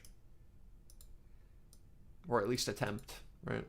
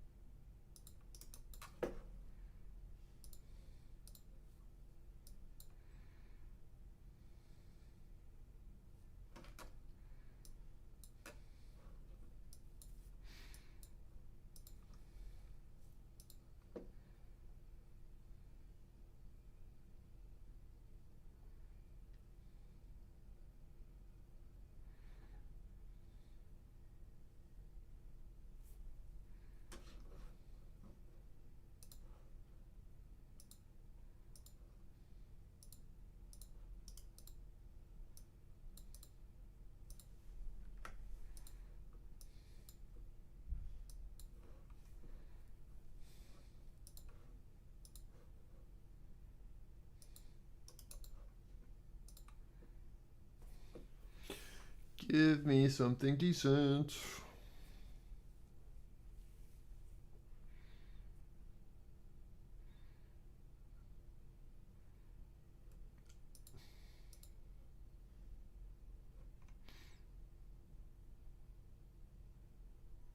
Yeah, it's a good risk off into our POC of previous candle. If you're playing off of 30s to 50s, right, this is our first little scalp here. If we can flip it, then we're good. Just a structural edge. Great flip of our offer to a bid. Very clear. But again, this is just our sell. Right, we had our offer, which we played to the down, and now we have a bid that is flipping that area, and we are pushing into our sell. Right, you can see the structure here, very, very clear. The flip of our POC of this range, where we took our profit into our 300s, our value edge, and then we flipped and bid our POC at that 330, 350. And now we are pushing back up into this offer here. Let's see if we can do anything new, but very clear structural hold. Unsure if we get more. I'd hope with the desire that we saw at 300s that we do, but I'd like to see full market participation. So Russell showing some interest and break up this like slight downtrend that we're in on the micro would be great. ES still pushing, took out highs, good hold.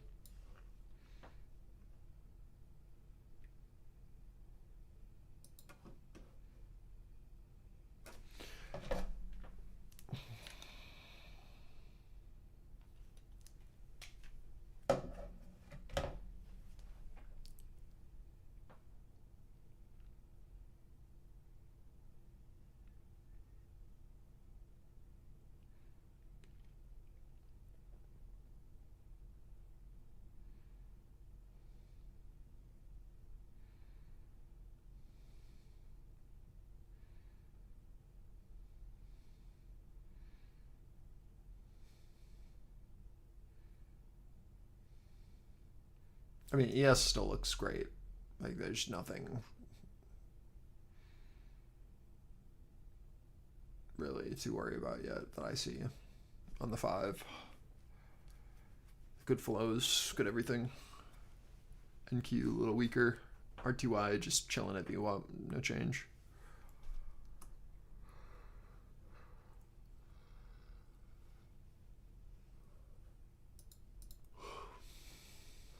Fred Collins says strong productivity gains should help lessen inflationary pressures.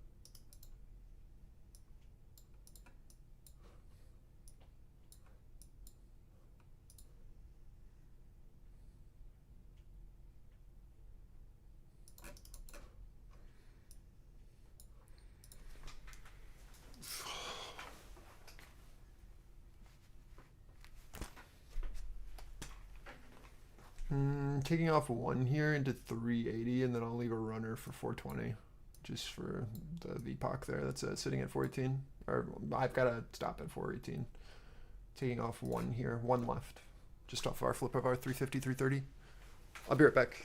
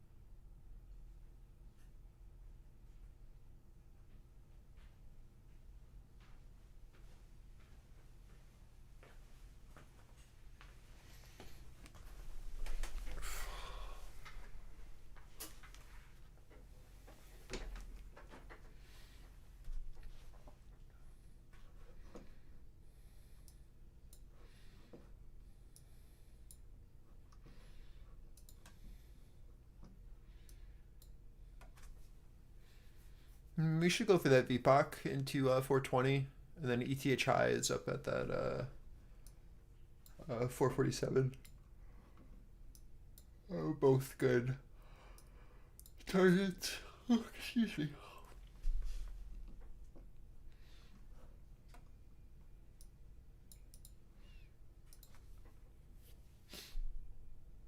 Watching ES as we push into 54, 55. ETH high.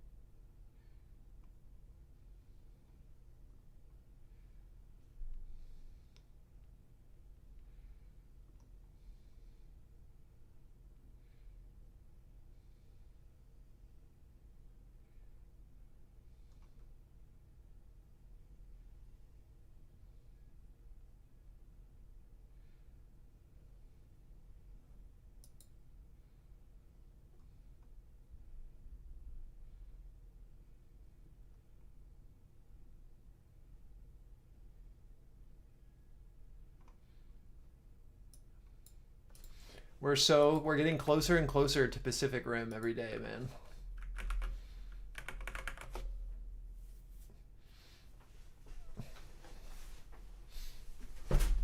Oof.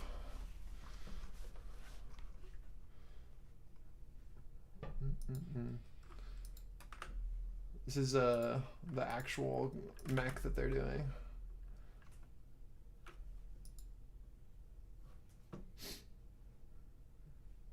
When are they gonna like throw a machine gun on this on the arm of this thing?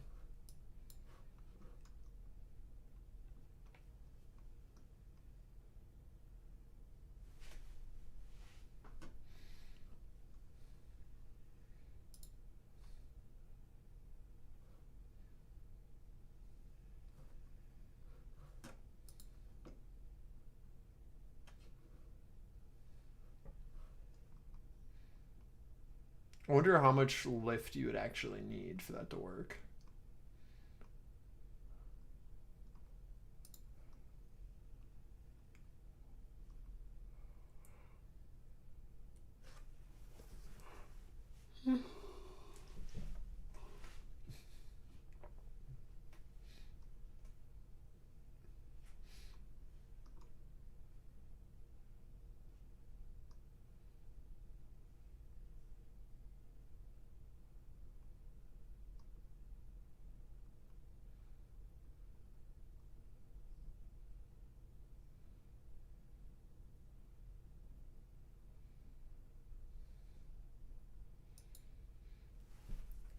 Roy, did you see the animation from that Marvel Rivals reveal trailer that was posted the other day?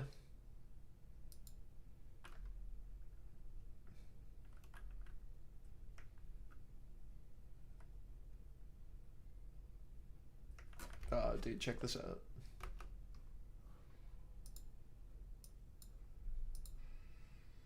It's just like gorgeous animation.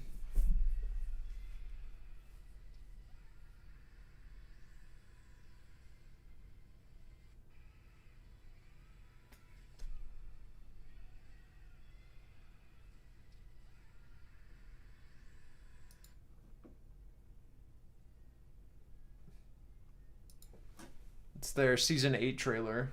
Here, I'll post the full thing. It's not too much longer. It's the trailer for Marvel Rivals season 8. It's just like trailer budget.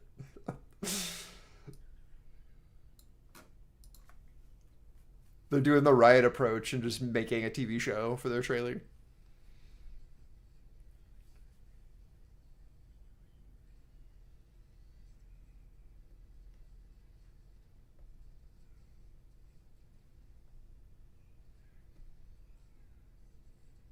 For what, Rivals? No, I didn't. I've logged into Rivals once to play with Varg and Sven, and then never again. Game's not great.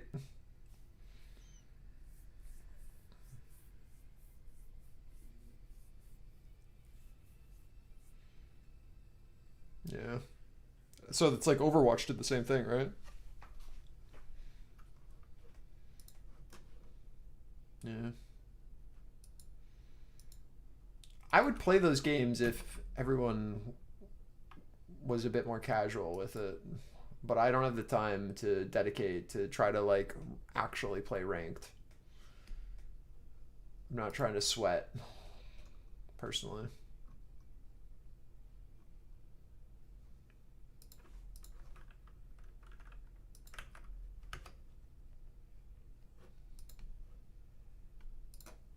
So that's me playing with Varg.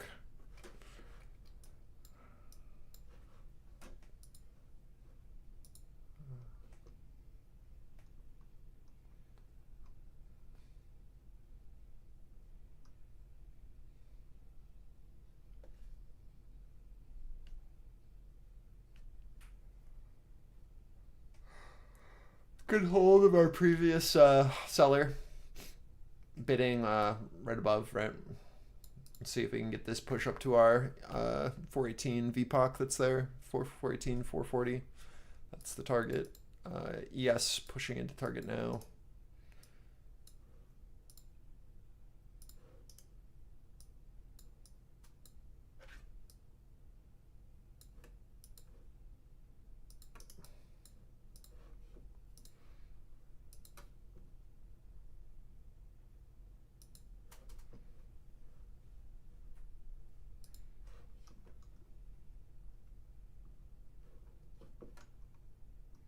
Yo, Smite 2.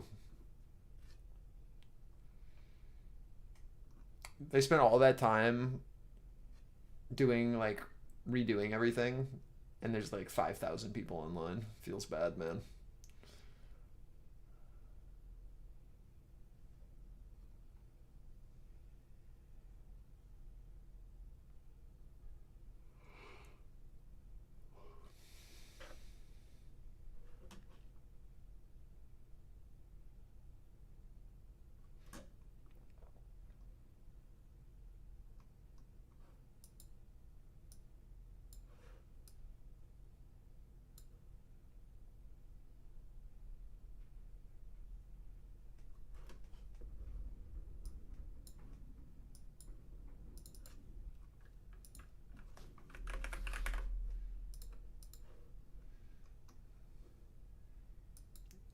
Just anywhere in this 418, 448 area is what we're watching for on NQ as we push up. ES just took out our ETH high. Russell is in our 30-second opening range now. So the S&P 500 extending gains here. We are holding our previous value structure here on S&P up around 0.45%. NQ, where sell side held. Right now buy side is flipping. Our 380s. I don't know. I mean, just trial it. Good flip, good hold, rotation up.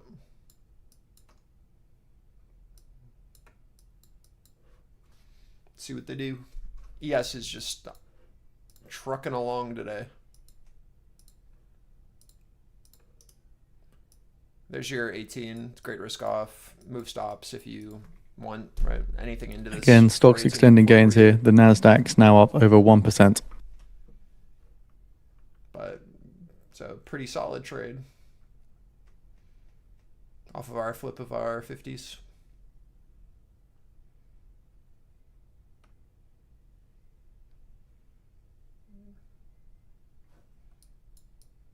Pretty quick move in the markets happening here. It's a downside in oil, upside in S&P 500.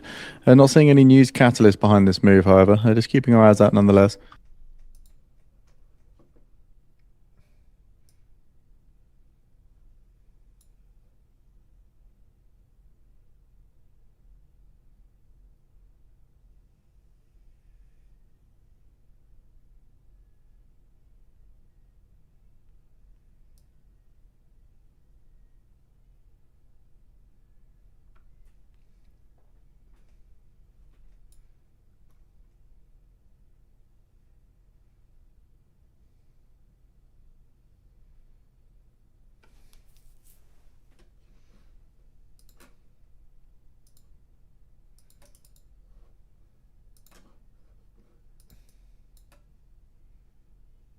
I am personally flat there into 440. So if we can build and hold here, sweet. If Russell can build and hold at our 30-second opening range, then maybe we get more. Right, we can do something like this. Awesome. If not, then we'll probably be looking like this again. We'll see what Russell does. But great target here on NQ from our flip.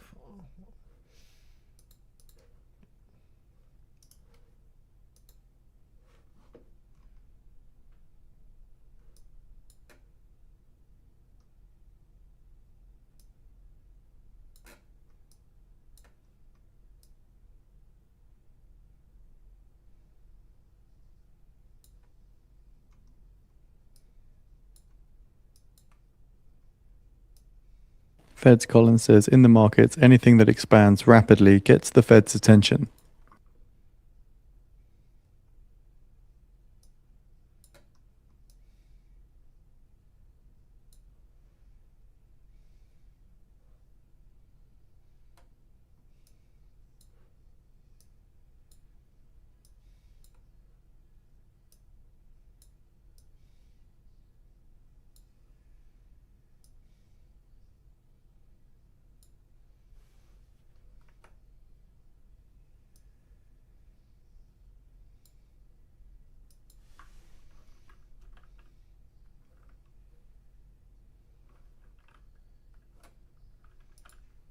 Did you take off into that, Rory, or no? What do you mean you got lucky?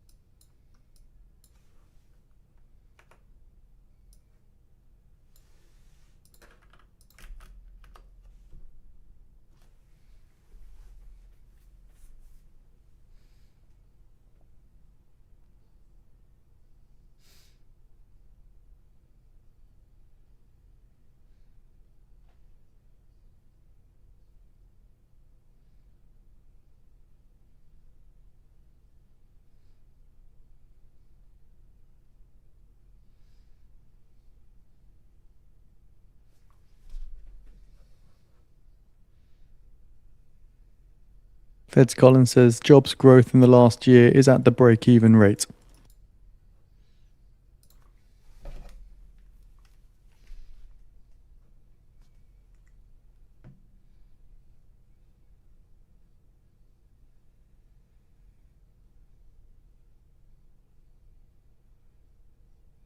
And Collins adds that many key economic indicators are very volatile right now.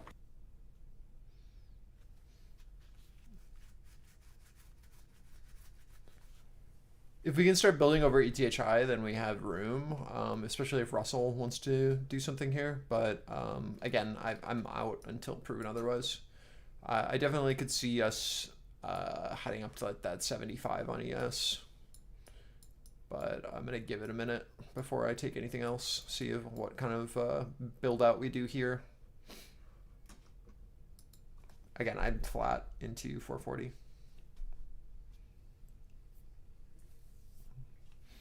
I only had one left, so not much I could do. New 15's open here, 10 seconds.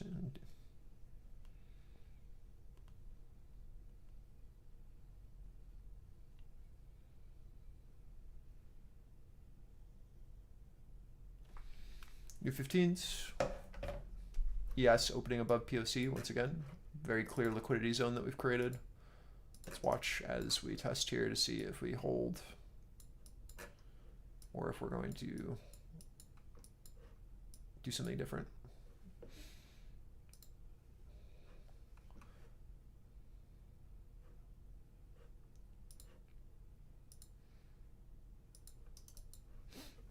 Watching this 62.58 on ES to see if bids will maintain, and then we'll keep going with Russell holding our 30-second opening range low, or if we're gonna just stagnate and have to build out this high.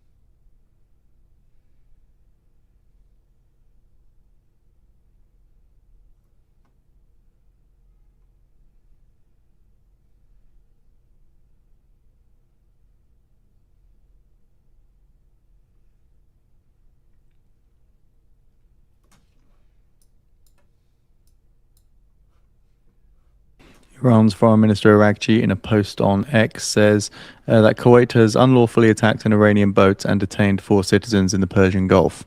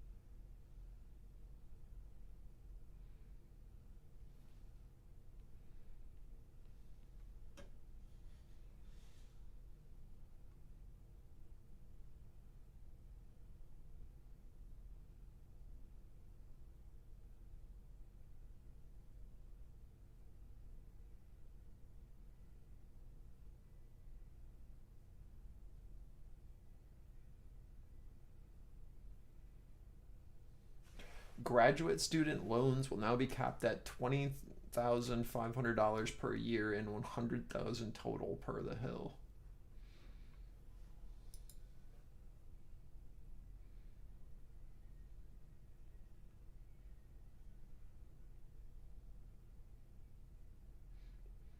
So you have two options, basically.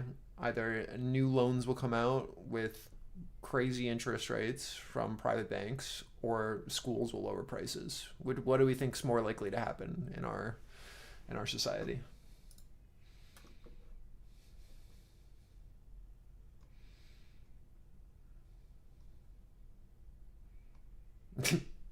Well,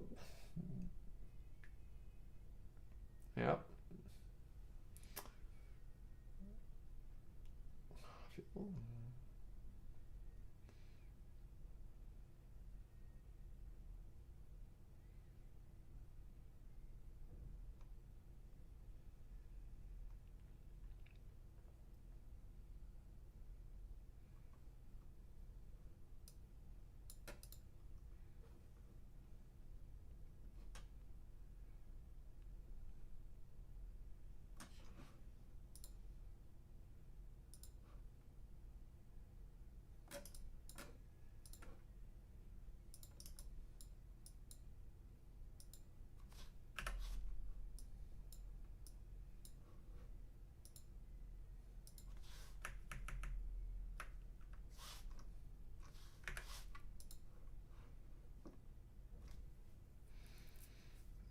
Yeah, but it's two-sided.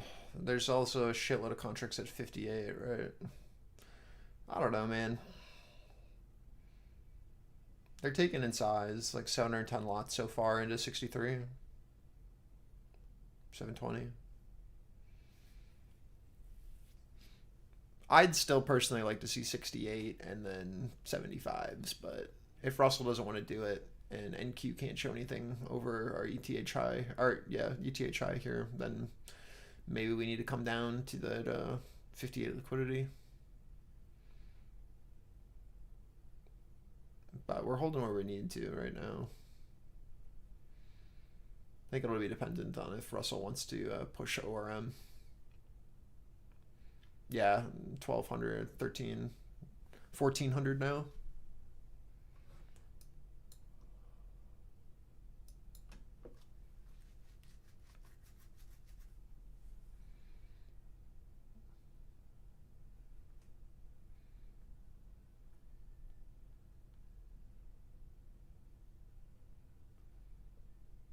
Again, I'm flat NQ. I have a small position on ES open, just at this 62 to 58 area. But if we flip it, then we'll probably come back down to, I don't know, 52, something like that.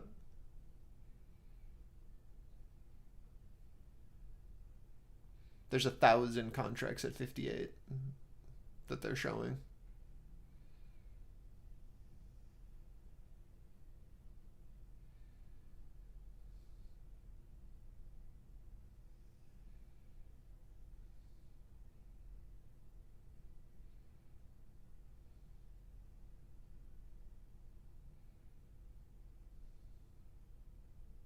So according to sources, Saudi warplanes struck an Iran-backed militia sites in Iraq during the war.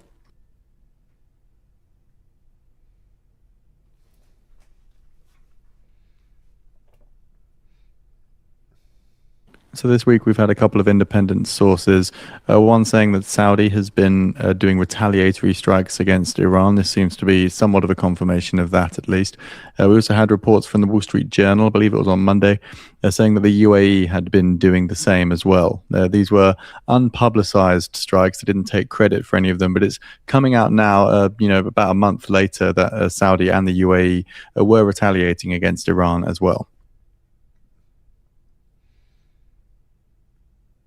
Okay.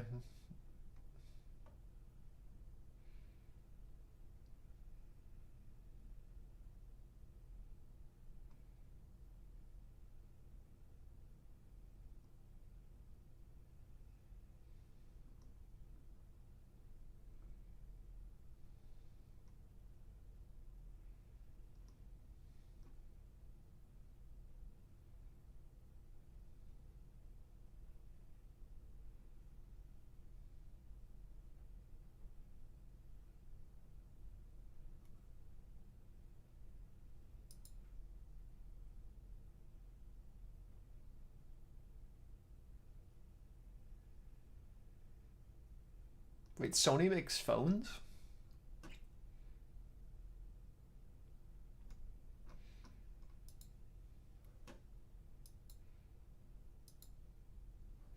I didn't know that.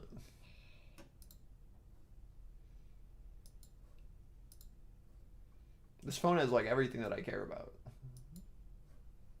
Feels bad, man. Look at this thing. Audio jack, micro SD slot. Decent speakers.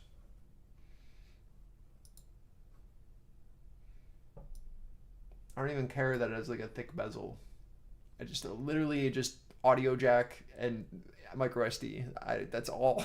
That's all I need to be happy.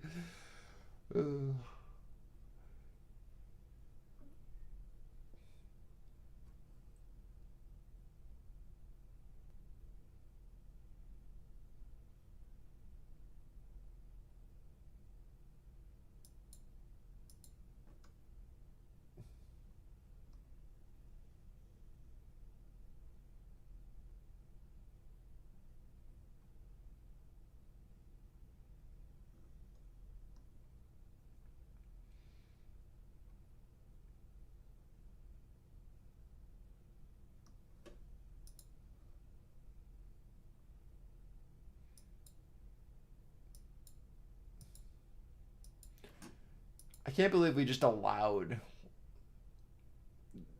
markets to just be like, no, you know what? You get to pay for more storage.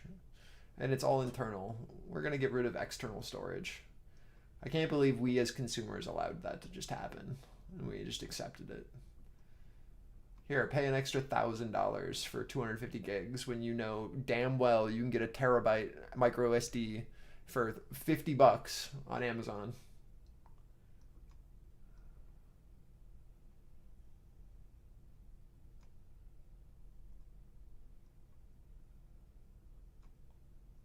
Oh, I do. They showed what idiots will pay for.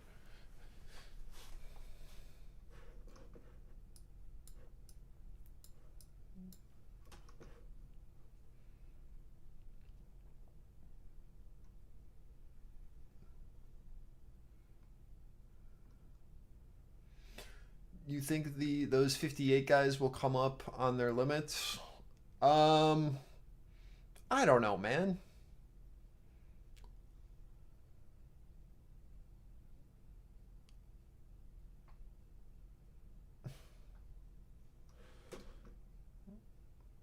I don't know.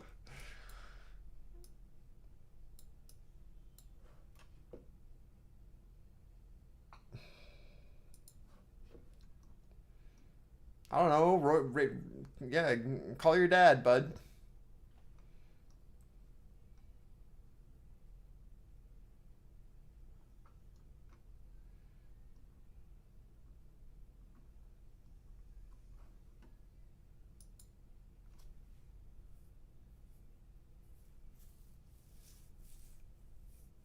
Dapper would know. Fuck.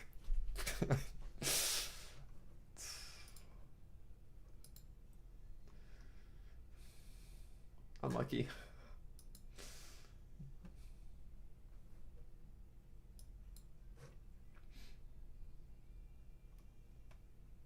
Wait, 16 gigabytes of RAM plus 1 terabyte internal storage with a 2 terabyte micro SD card slot. Like, this is actually like my dream phone. Hello? Holy, look at this thing. Juiced.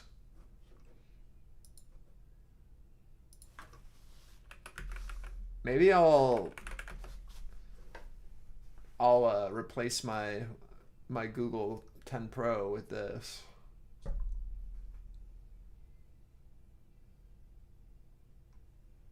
I have a 30-day return.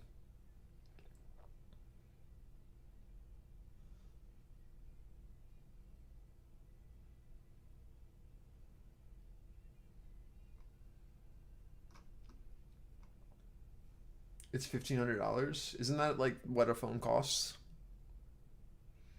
Or am I wrong? I mean, I paid $1,000 for the 10 Pro. I mean, technically it was free, but it's $1,000 phone. The XL was like what, like $1,300?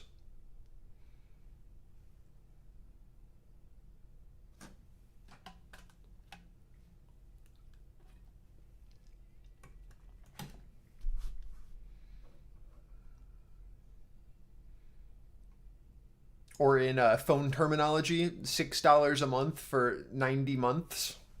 Huge deal. What a bargain. Is my screen frozen? I don't think so, man. But we do have new 15s in 30 seconds.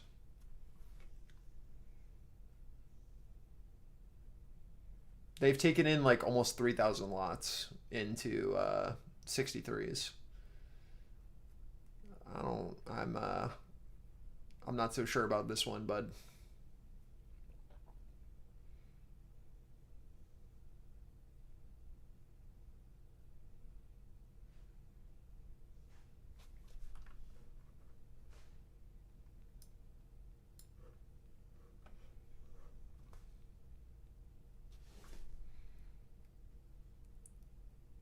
So the Fed bids for 30-year bonds totaling $5.9 billion.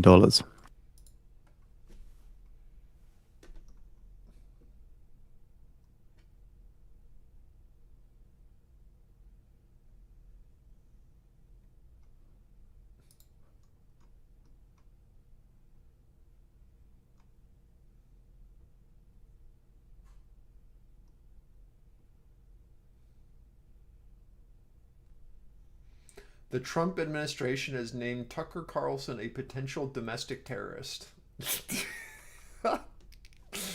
True.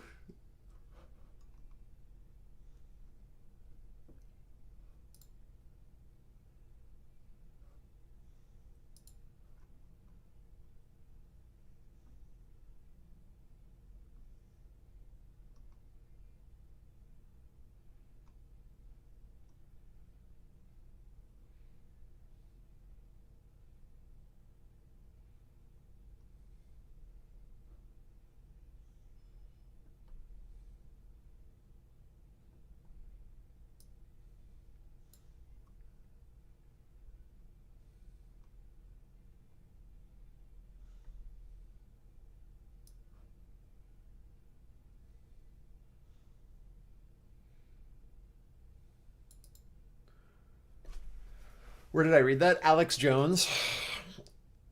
Alex Jones said on Wednesday, a counterterrorism official in President Donald Trump's administration had named far-right media personalities such as Tucker Carlson and Nick Fuentes as possible domestic terrorists.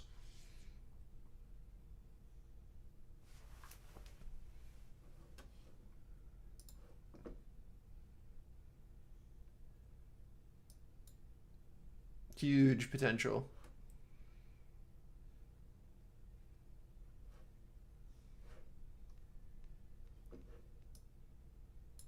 So Microsoft has spent $100 billion on OpenAI partnership over the years.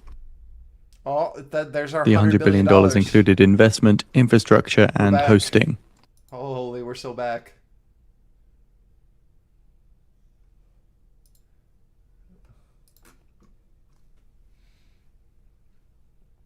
Surely we fill this LVN, right? Or no?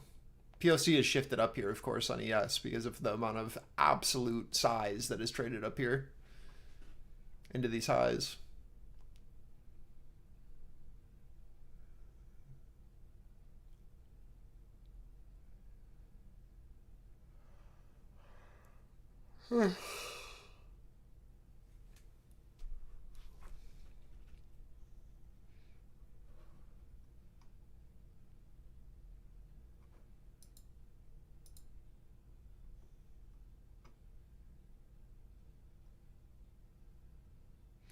BYD in talks with Stellantis and others to take over EU car plants. See, like, this is what we needed in America.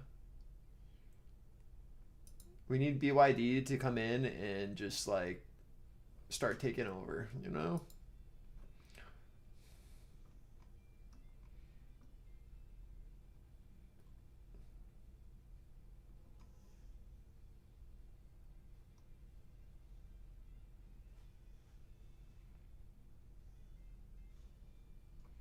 So they jumped the spread, the 58? You mean the guys that took in at 60?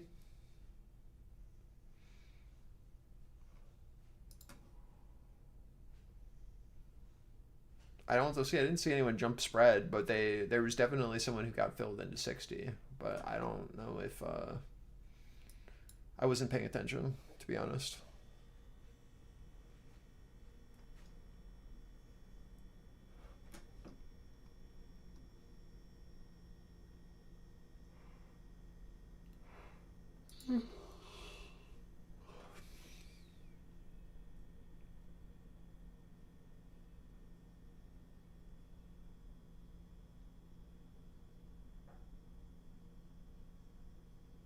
Yeah, that's probably most likely what happened.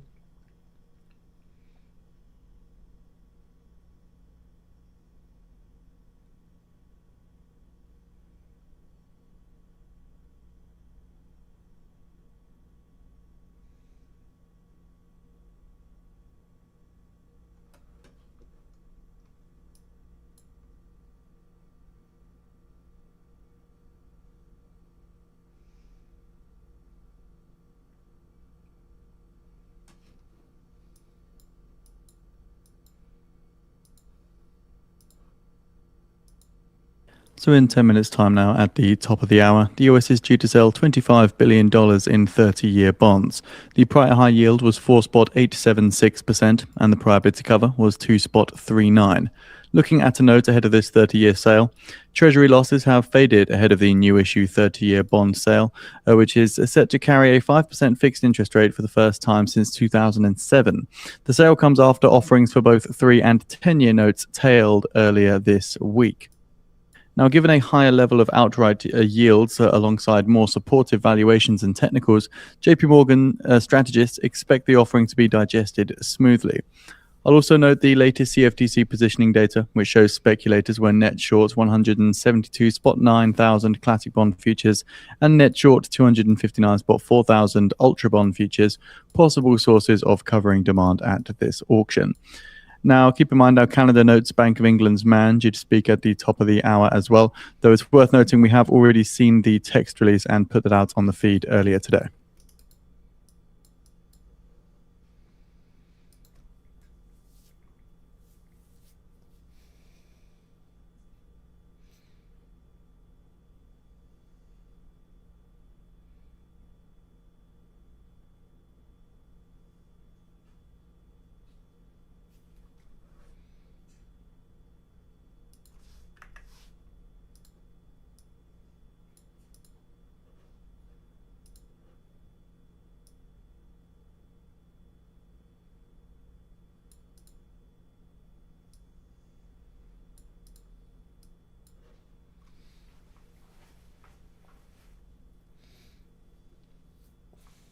Just oscillating our NQ target between our 18 and 50, right? Our ETH high and our target at our ADR.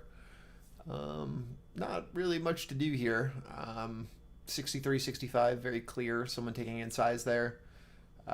Bid so far absorbing into 60s, but I don't know if it's going to last.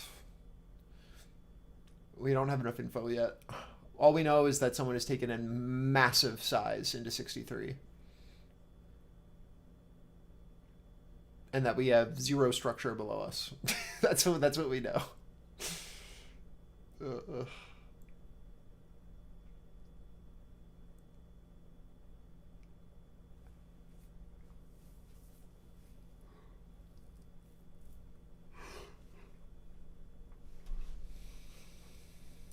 Yeah, I mean, massive. Absolutely massive.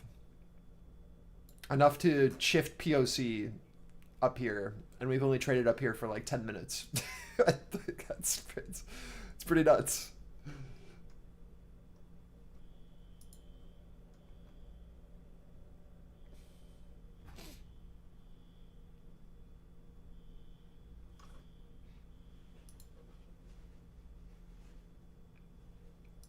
Retesting our seller here at 63s, 58s, no invalidation yet of our stacked imbalance that we have off of this footprint candle. Still just taking in size, but very, very tight range. Again, like there's really not much here until we either show interest above or we'll continue to just absorb into this wick low here. I'd feel much more confident in this short if Russell started to lead down with ES, because if not, then right, like it's just a range. NQ, this is where you'll watch for that offer as well, just like on ES into that 63 to 65. Just watch as we push into this. Very similar situation on NQ. Taking into 40 to 50, 440 to 450.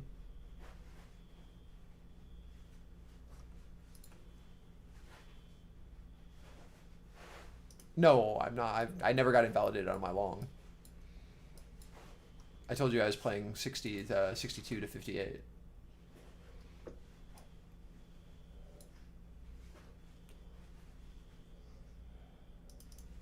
But I'm fine getting stopped out of this. Like, it doesn't matter to me.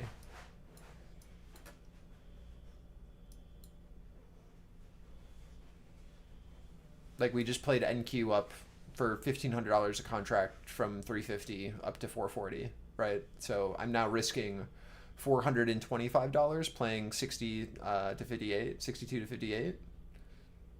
So I'm risking $400 of my $1,500 profits on a singular NQ contract that we just closed.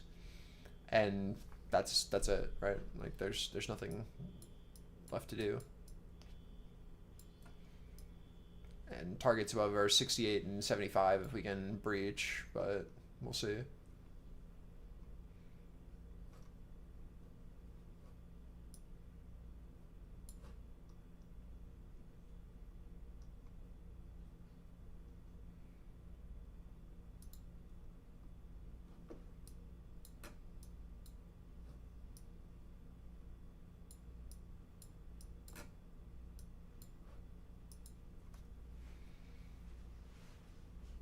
I mean, you might get a pretty solid re-entry here. I doubt that we don't retest this guy on a flip if it's actually real. Russell just sustained. We're just under 5 minutes away now from the top of the hour, where the US is due to sell $25 billion in 30-year bonds. The prior high yield was 4.876%, and the prior bid to cover was 2.39. Keep in mind, Bank of England's Man due to be speaking at the London School of Economics as well at the top of the hour, though we have already seen the text release from Man at this event.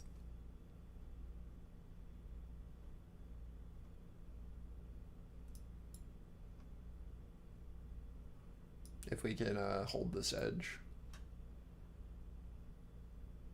I mean, we'll see, man. I don't want to be too preemptive looking for a long if nothing is shifted, but yeah.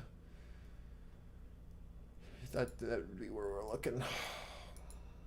Just our value edge retest into 63, 65. Bid, push up into 68.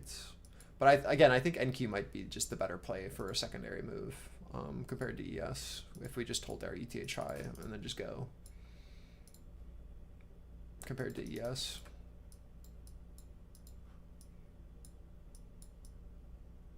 I don't know, nothing is certain, but we're getting a pretty good hold so far.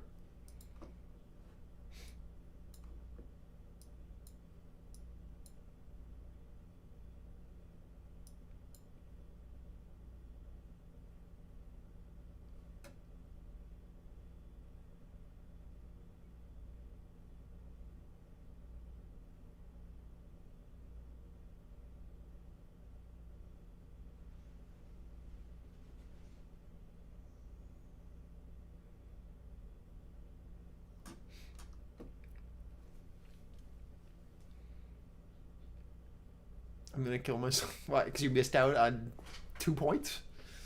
You'll be alright, bud.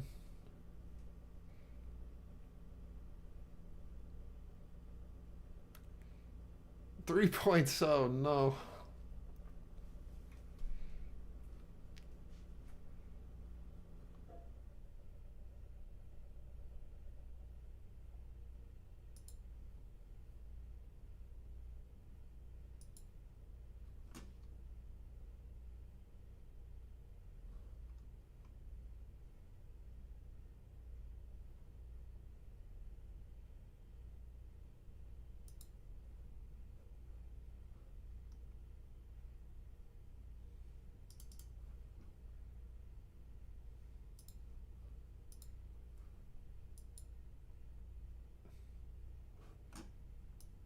1 minute remaining now to we're expecting the when issued yield for the 30-year auction. The auction results normally follow a couple of minutes after this. I think it's pretty common for that to happen. So you're still like chasing the high from doing well in the morning. 30 seconds till new 15s.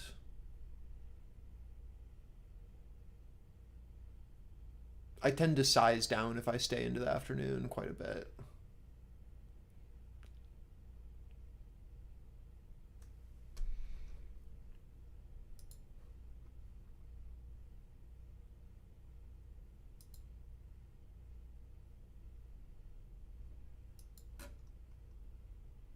It's like I'm either, usually my afternoons look like this. They look like me holding a runner and then trading a micro contract for scalps as my runner moves.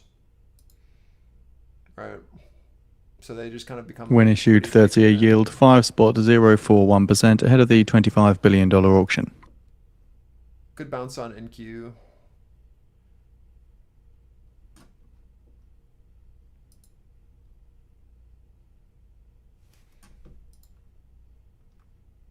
Right, like this is a pretty good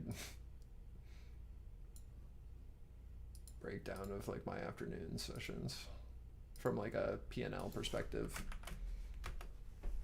Right, like we from like a time perspective as we go into the afternoon, it's like pretty it's not important.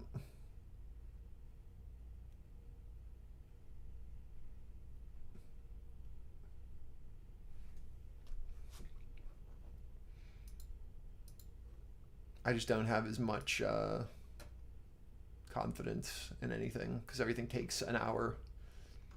And then like maybe we get like a random winner where I shouldn't say random. So we're now shortly expecting the results for the 30-year bond auction. I'll lead with the high yield. Right, and that'll look more so like this was yesterday. I guess I can show this.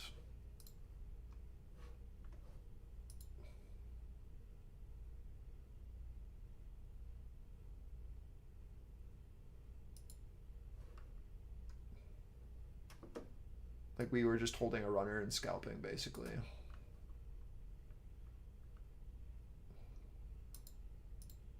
God, this image is so gigantic.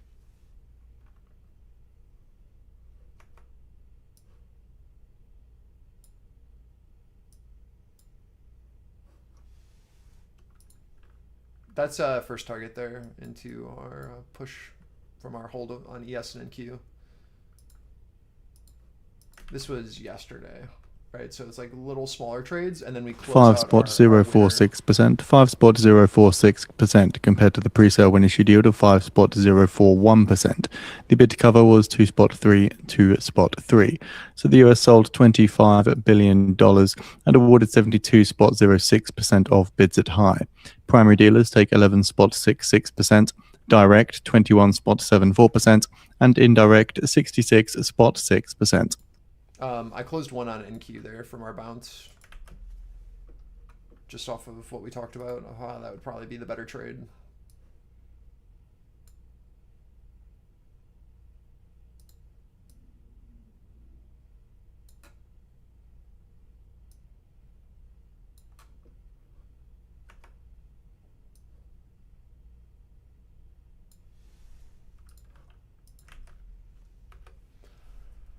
I don't know, man. I took off one.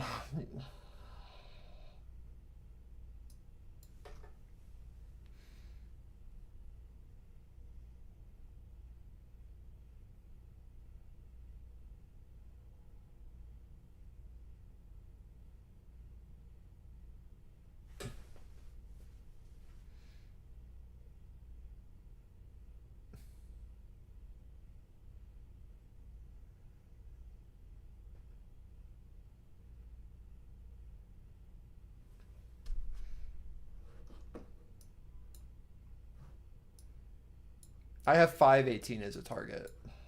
That's just ADR. But like 500, sure. 480 seems good as well. Like there's a lot of selling here. But let's just try to play it up. They're taking a decent amount of size into these, like 400 contracts so far at 475, 480. on NQ. I don't know. We've risked off one.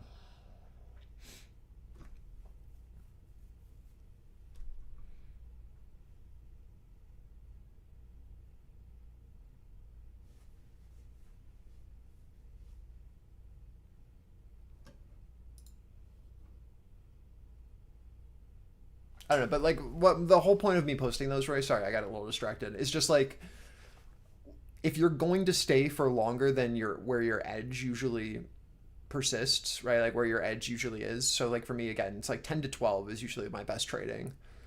If I'm holding in a position, if I'm in runners, that's usually why I stay later than that. So then I'll go and trade like a micro contract while we're doing that. But like, or I'll leave and just have a PT, like a firm PT, and I'll just like either stop out or I won't. And then I'll trade mobile while I go walk the dog, right? But like if you're going to stay past your designated time that you've given yourself to trade, then you need to be trading like 1/5 size, right? Like your goal is to not give it back. Like if you want to stay and practice and like be able to make some money, sure, go for it. But like at no point should you be going negative, right? Like you either lock yourself out at your goal for the day so that you can hit your payout target, which is like, you know, $300 or whatever it is. Like that you have to have a hard lockout on profitability, right? So if you give it all back, you at least lock In yourself 10 out minutes at time now at 1:15 p.m. still Eastern take your Time, Minneapolis Fed President Kashkari is due to be participating in a moderated discussion at the St. Paul Area Chamber event. No text is expected, but there will be a Q&A. We have a live video. It's currently on the calendar, but we'll put it on the feed as well. So you at least, you know, secure that gain so that you can take your payout. That's all that matters, right, at the end of the day. You build out, you know, what, quote unquote, a buffer in realized profit. And then if you want to stay, you give yourself a hard lockout. Because the issue is if you chase, you have a really good morning, and then you have a shit afternoon where you just are wrong on every single trade and you get back, you're going to like triple down because now you've given back all of your profits from this morning. So now you're going to blow up your account. If you continue to trade after giving back all of your morning profits, you will, with a 90% certainty, blow up your account on the day. You know what I mean?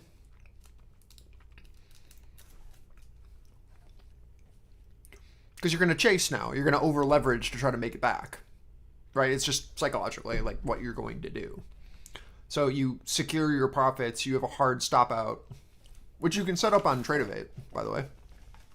You can stop out once you go back down to you can have a trailing profit that locks you out if you make your money and then it goes below it.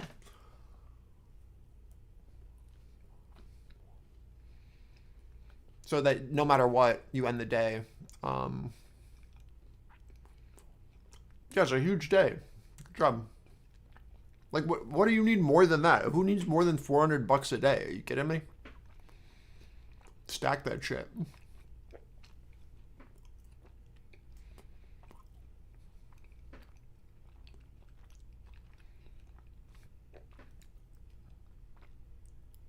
Three micros at a time is perfect. And then again, you can stack accounts, right? And then all of a sudden 400 times, 10, all of a sudden you're making insane money with minimal risk. I'm telling you. It's crazy. It's as soon as you get greedy is when things become an issue. Just remember like your day job and be like, oh yeah, like I just made my week's check in a singular session, trading for 3 hours, listening to some idiot on Discord voice, clicking buttons.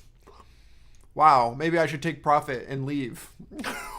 But no, you're like, nah, I need to make $10,000 today or I'm nothing. Like, what are we doing?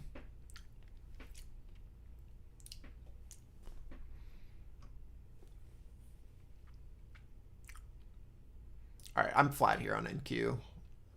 I'm going to just try to hold this ES runner for 75s and greet it. But I have a lot more faith in this ES move because of how bullish it is comparatively. We'll see. Maybe we just slightly miss my target by 1 point and I pull a Rory. So Iran's Parliament National Security Commission spokesperson says that we are prepared for all scenarios and we have no nuclear negotiations with America.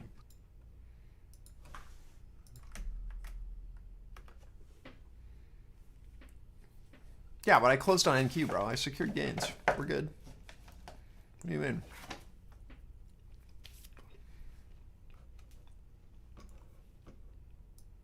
Yeah, no, these highs are gross, bro. But it's just trend, yeah? Like, I don't know what else to do. I don't know. Just Russell oscillating in our 30-second opening range.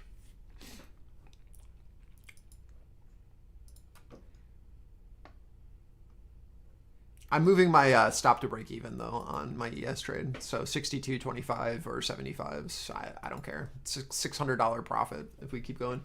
But this will probably be my last trade of the day.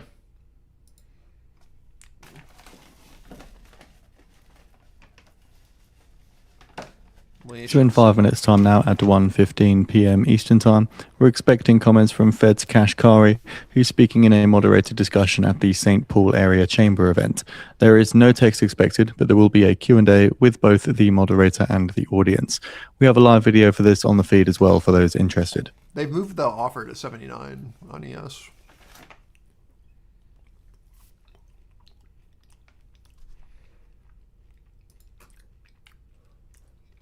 Maybe I moved my limit up to 79. I don't know.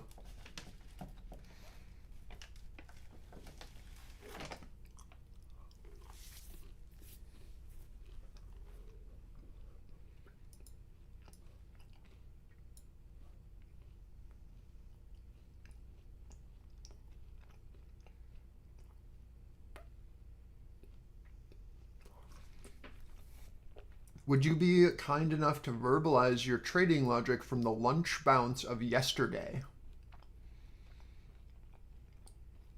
I lost 75% of my gains trying to short the counter trend bounce just after lunch. You're talking about yesterday's market? Or today you lost that?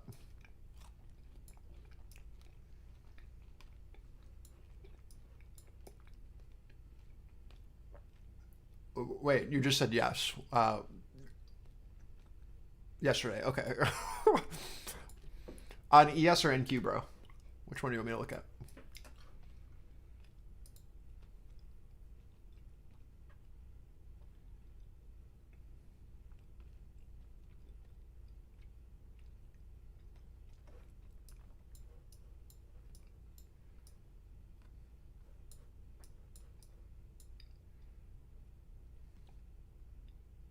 ES or NQ, Jason?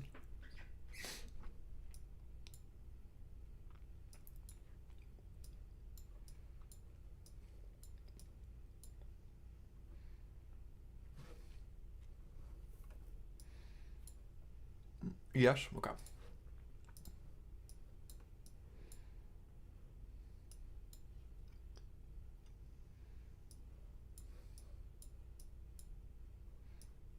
So you're talking about this area?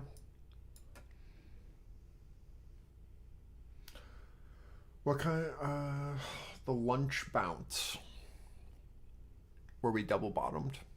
Is that this area? I'm guessing this was the reversal you're talking about, yeah.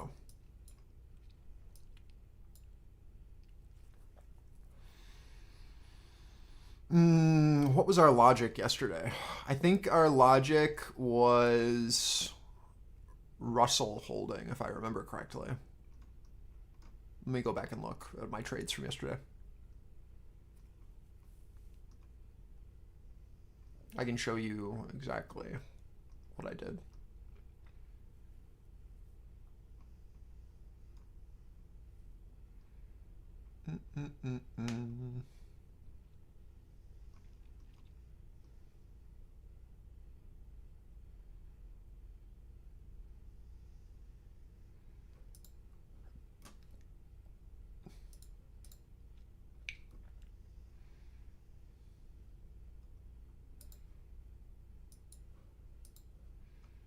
One second, I'm pulling up screenshots.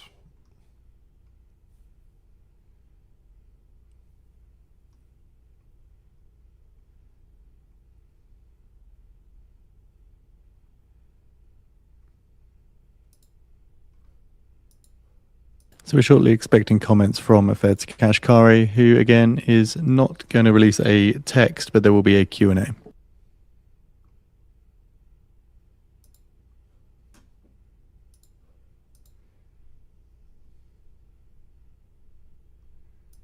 This is what we had planned.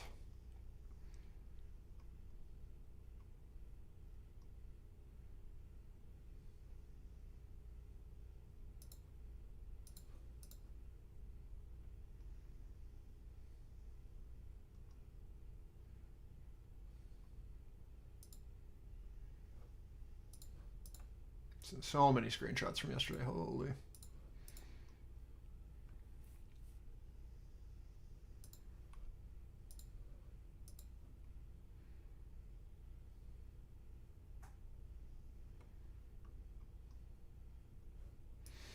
Okay. Oops.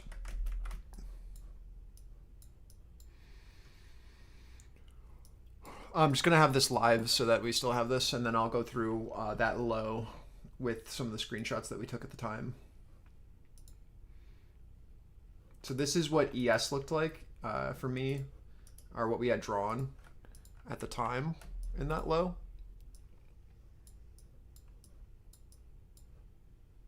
So we had this range that we had identified. So we had identified there was a very clear buyer down here into this 67 area. And we had this like just range that we were trading in, right, below this structure. And the idea is that as long as ES was kind of maintaining with Russell, that we were just going to oscillate.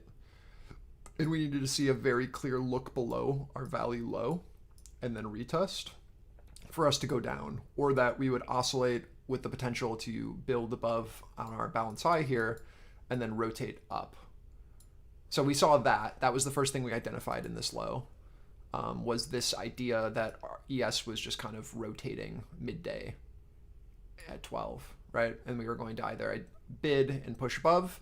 And what we saw that we called out was this POC shift. So this is our developing POC here. This is the daily POC. So this is where the daily POC was positioned for most of the day until we built out this lower node. And then we saw POC shift down. Let me change the color so it's a bit easier to see. We had our POC shift from here to here. So what we've done is we have shifted value on the day, and then we've created basically two nodes, right? We have this value area that's up here into these highs where POC was this morning. And now we have this lower node that we built out down here, right? This balance. So if we start to build and hold our value low to our POC, right? Which is this area. If this is now holding as supportive, where are we going to trade if POC to value low is holding as supportive on ES? Well, probably up to value high, right? And up into this POC that we shifted from, right? If there's no desire to show interest below our value low to where our POC is shifted, right? This box, then what are we doing looking for continuation down if there's no desire to push lower? Does that make sense what I'm saying? This POC shift idea? So we use that as our target of where we're headed if there's no desire to hold it as resistance and get below that value low. That was the whole idea with this ES low. Am I making sense so far or no? Okay, so that was the first thing that we saw on ES of a potential reversal. What we saw as well is this is what it looked like in our... Yeah, the POC shift is key. This is what it looked like on our profile, just our deltas, nothing crazy here. We saw no ability to push below, and we saw this buyer start to show interest here. And we thought that if these lows continued to maintain and this buyer was able to step up, we would at least trade up to this 38, what does that say? 382, right, to where we absorbed in the last According to the attempt. information, Apple is exploring ways to welcome AI agents into the App Store.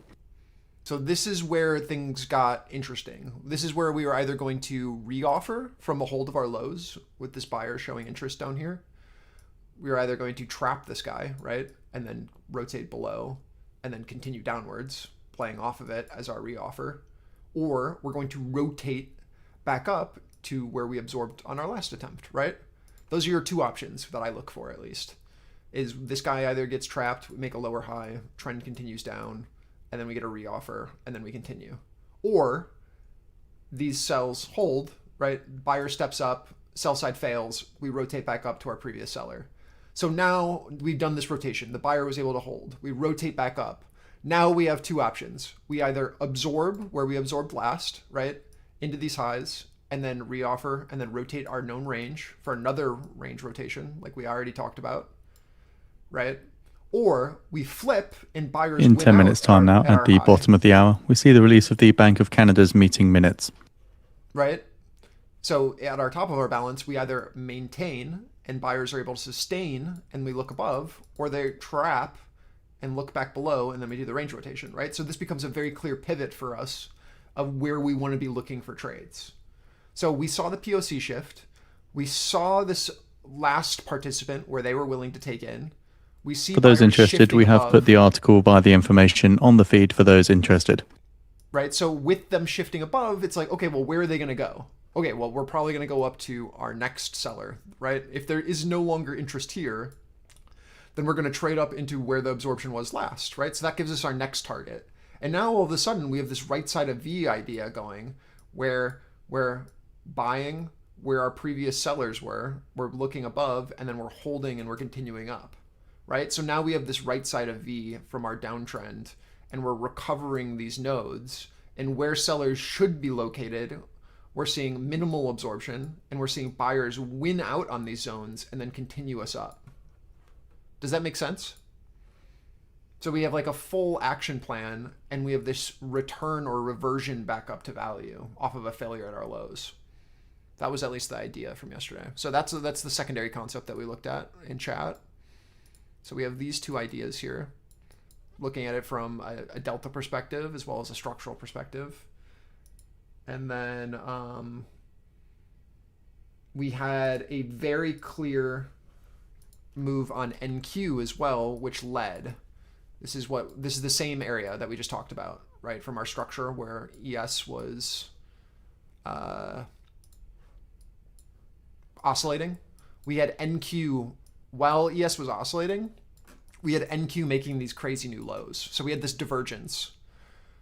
So we were watching this guy in these lows potentially getting screwed here. And we talked about this where ES was oscillating, but NQ had made this low, and then we saw this bid step up here. And we were talking about how if this bid holds, we'll rotate back up to this participant. And that'll trap these guys into this low with ES maintaining and never looking below, right? So that's giving us a bit more of an upthrust because now we have offside sellers on NQ, and we have this continuation idea that's playing out on ES here, right? Which is this area here. So now we have both markets moving together. So NQ is no longer diverging from ES, right? With this downtrend. We now have trap traders and NQ moving up while ES is also moving up and RTY is also moving up. So now we have the market participating together. So we want to be playing with a market where all three sides are moving together. I'm much more confident in that than a diverging NQ while ES and RTY are oscillating sideways, right? Now we have all three indices moving up in one direction. Yeah, sure. POC shift definitely happened and it helped. We had POC shifts across the market, right? So we had ES and RTY oscillating while NQ POC shift was happening, and we had a trap that took place. Let me see if I can show my trades. So we played trend down for most. Oh, this image is too large. Okay.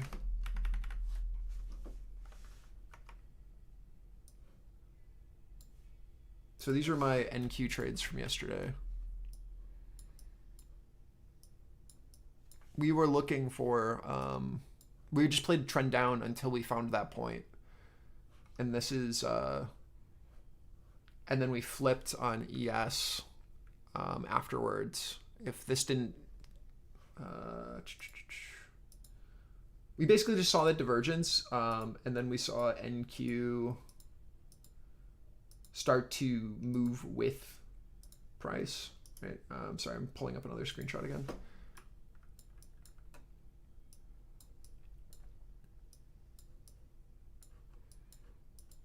So I want to bring this one up again. So this is this area.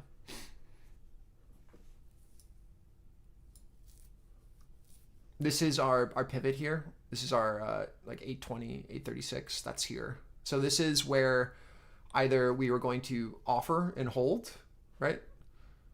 Or we were going to flip and head down. So we had a lower target into these lows that we were watching for, and we had already closed most of our position.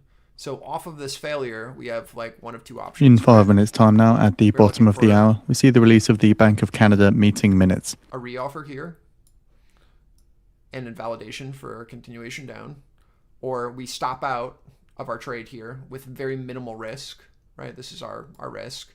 We stop out and then we start to look for that upside move like we have pathed here, right? So what we looked for here into this low is we saw this trap happen and then we rotated up off of it, and then that was the failure, and then that was the end of our shorting for the day and our flip.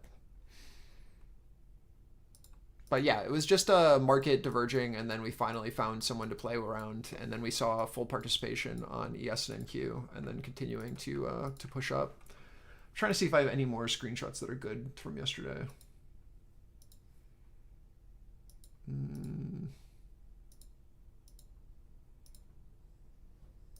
Oh, I can show this one as well.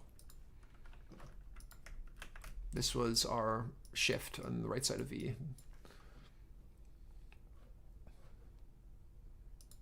So we didn't play the initial look. We saw the flip back in, the trap. We saw the bid hold here above our balance high. And then we played up. And then I added here as well on the hold of our higher low. And then we're just playing up to our 30-second opening range here at 150. Once we started to see this shift where buyers were starting to stack on the upside with ES and RTY moving up. But yeah, that was the low. Just sell side failure, and then markets started to have some pretty solid confluence, and then we started to rotate up off those lows.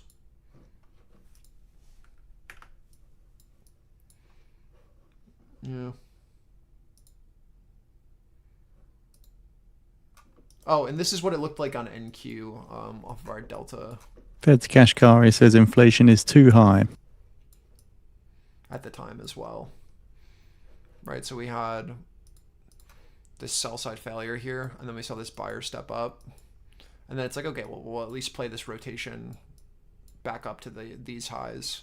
And then we saw them sustain above, and it was like, oh shit, okay, let's keep going. And then we saw a higher low, and then we just started to rotate back up to this previous structure, which is why it was our target, this 150, where we saw this absorption from this morning. But we basically just saw a failure at our lows. And then we saw buyers step up and then continue to show interest at these higher prices at our pivots, and then continue to rotate us up off of this 950, then our 050. Kashkari says it's a huge question mark about how long the Hormuz Strait will be closed, and that will have a big effect on inflation.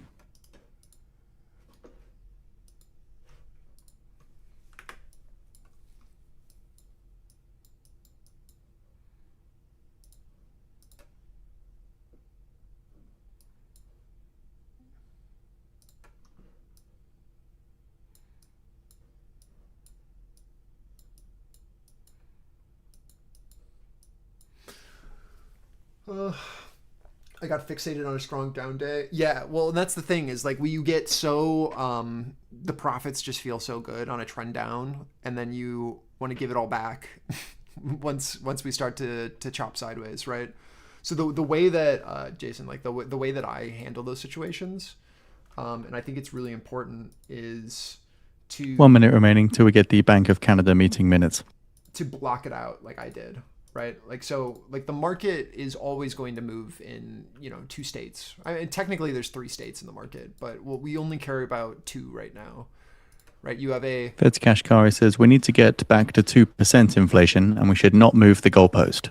you have a market at rest, right? Which is a distribution or a basing, and then we have a market in motion, which is the in between, right? The rotation to our next area of basing, right? And that's how we build out these nodes. And then we have the movement in between that creates the LVNs, right? That's the market in motion, the trend. So, what did I just do? Oh, okay.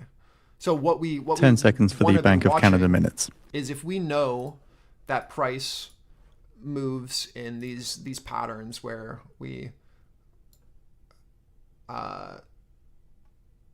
rally and then we base. So the Bank of Canada are releasing their minutes here. They say governors felt that the situation could change quickly and rates might have to go up to guard against persistent inflation. The governors felt that the bank needed to be prepared for adverse outcomes when it came to US trade policy. And they felt that if oil prices stayed high for a prolonged period and fueled inflation, rates would need to go up. They acknowledged that there could be less excess supply than assessed, and the output gap could close faster than forecast. The governors felt that they could look through an initial inflation shock from higher oil prices. They had a range of views about the Middle East conflict and the USMCA review, and thus a most likely path forward for rates. In this case, the degree of tightening would also depend on investment in the energy sector and the response in the exchange rate. Okay, so if we know that the market... Fed's Kashkari says the labor market is moving sideways and is lukewarm, and says the Iran shock has upended the inflation environment. Mm-hmm. Can I talk or no? So the most important concept here is the understanding that even in trend, the market tends to need to build out areas, right? It's not just a straight line up. So if we can understand that concept, that the market is in this basing pattern or this rallying pattern, and we trade from these areas, right, back and forth, node to node, right? That's what this high HVN is, or high volume node. And then these LVNs is where the market moved, right, from node to node, and then we build out another area. What can we start to look for when the market does this oscillation or this distribution pattern? What can we look for? What is something that we talk about a lot of the times? Well, you can either look at it as a range trade, right, where price trades within a range, or if you're looking for something new, what needs to happen? Well, we need to see price either hold these highs or hold these lows outside of our range for continuation, right, for expansion. So what we're going to be always looking for is in a trend where we're basing and then rallying, is we're looking for one of 2 things to happen. Either a break and hold of said distribution for continuation up, right? Or a failure to look up and then excess created, right? Some sort of trapped liquidity above, and then a rotation down. And then where do we target? Well, our previous basing, right? Our previous node. So we look for either trapped liquidity on a failure above, or we look for a sustained hold above for a trend. We have posted the full Bank of Canada meeting minutes on the feed. From these basing patterns, right? So when we do those lows like that, the only way that we look for some sort of like reversal is if we see some sort of trapped liquidity to play around, and then we clearly are making lower highs. Right? That's the only way we should be ever looking for some sort of counter trend trade, is if we have a catalyst to play around. Does that make sense? Because if not, then you should just be looking for these as pullbacks and then continuation higher, and then we keep going in our overall trend, right? Because we understand that all we're doing is building out a node and then continuing on our merry way. So we need some sort of trapped liquidity to play around if we're going to try to counter trend trade and then break lows. Like if we do that, then it's like, oh, okay, we'll trade back down to this basing then where value was found last. Right? But if not, we're just going to make another distribution, right? Hold this, trap liquidity at our lows, get back into our range, and then take out highs and then continue on our merry way, right? With the overall trend of the day. Right? So we just want to be watching these nodes. We can turn every little distribution into a D-shaped auction, right? And play this as a value to value and look for either a failure at our lows and then a re-entry and a rotation of said range, and then a continuation higher, right? Or a failure and then a hold of those lows and then a rotation back to our previous node. This doesn't have to be overcomplicated. That's my whole point. So when we get into these situations like we did at those lows, right, you just section it off, right? You create a range, and then if we fail at the lows and we see a trapped liquidity, and then we take out highs and then we sustain, it's like, oh shit, we're going up instead of going down, and then you can reevaluate. So just next time, just like block things off, treat it as a range trade until proven otherwise, and then look for that trapped liquidity, and then play with that liquidity in the direction that it's overall going. That's the way that I do it, to not have a huge bias on the day.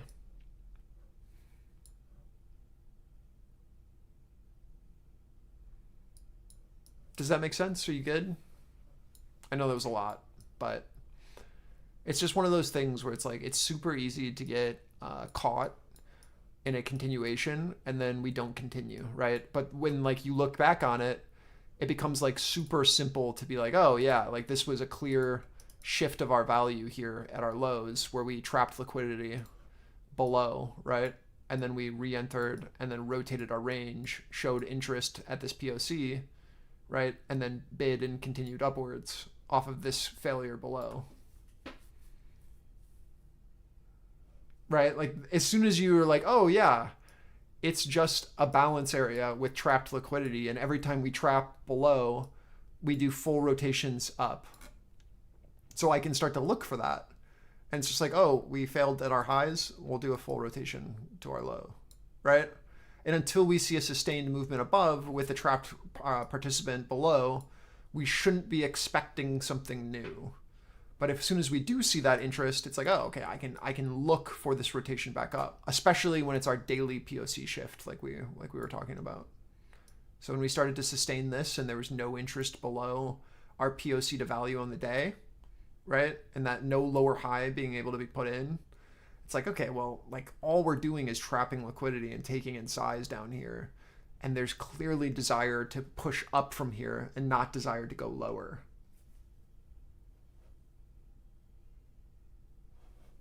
Like these are like pretty simple Fed's concepts. Kashkari says, I'm not sure that the Fed's policy rate decisions will have much effect on mortgage rates. And I don't want you to, when I say simple, I don't mean like you should know. Like these are things that once you start to master them, it's like, oh yeah, no, this is a no-brainer. Like it's hard to see in the moment, but like your pattern recognition will start to come in and you won't form biases and you'll be like, oh yeah, like we're just going to do a reversion trade. And then we just look to play these rotations. It's the same thing. This is here. I actually have a perfect example I want to show you from Monday, I think, or maybe Tuesday. Let me see if I can find it. Oh, it was such a good example.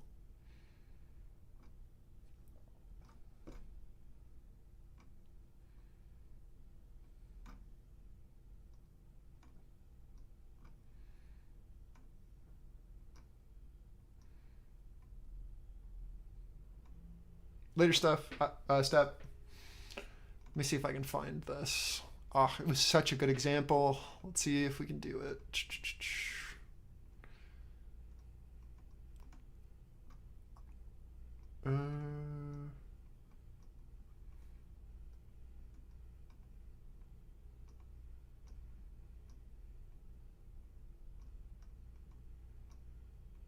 Scrolling forever. Ah, yeah. Okay, sick.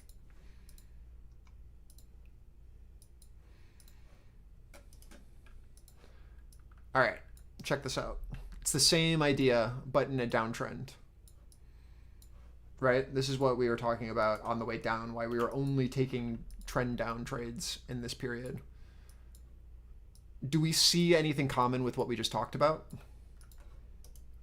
And I'm going to put our delta profile right next to it so that you can see what I'm seeing. Right? Like, what are we doing here? We're Fed's ranging. Kashkari says, even if the Hormuz Strait reopens, it will be months before supply chains return to normal. Right? We're trapping liquidity into highs, and then we're rotating down and then reoffering and then continuing down in our overall trend, right? So what we're watching for, again, is these failures or sustains above, right? And that's what we have drawn out here on this trend down that we were playing. So this is what we were doing on our way down, where we had that bias as well from that morning, where we were watching for these trap traders, and then this continuation down. Kashkari says, I'm not surprised by the headline inflation rise. What matters is how persistent the strait closure is. With this very clear absorption. But what do we do when that absorption fails, right? We have to then play the rotation back up. Yeah, right?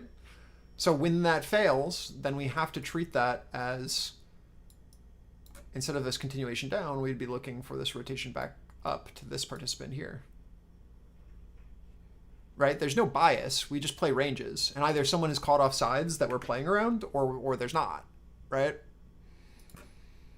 Just like we have drawn here, where it's either this participant who's outside of value holds, and we should be expecting a bounce here at our value low, and we then look to see if our offer can put in a lower high and then continue this down. If they can, right, then we have really clear trend down and continuation because we have this trap trader. But if, let's say, instead of this scenario, this low holds, and then we bid and push, I have to change my bias, because what we've done here and showed is that this is very clearly where buyers are finding value and willing to participate, and we have no desire to push below value low, but we do have as secondary buyers have shown interest where previous sellers were above our value high, and the only reason that they would be doing that is if they think this is the best possible price that they're going to be able to get in, because they think that price is going to go up, right? And then we'd be looking for where sellers were last. And we just play this rotation and hold of this high. Right? That's the shift, right? This is the right side of the V is what we call it. Is this shift from our downside where we are absorbing and making these lower highs. And then we get this shift where we're seeing clear buying participation into our lows. We have some sort of shift on our larger structure with POC either shifting on the daily profile like it did down in these lows, and then we start to sustain and bid that, and it's like, oh, okay, well, we're going to revert back up because there's clearly no more desire down here. And that's how we look for those shifts. We just break down our areas into clear rotations so that it's easier to digest. And then we just look for either trapped liquidity above, and then look above and fails, and then play the reoffer, or a sustained hold with clear risk then to then play to the upside. Super simple concepts, but it's hard to put into practice in real time in the beginning until you have some better pattern recognition, because it requires you to not to be very mechanical with your risk to reward and what you're looking for.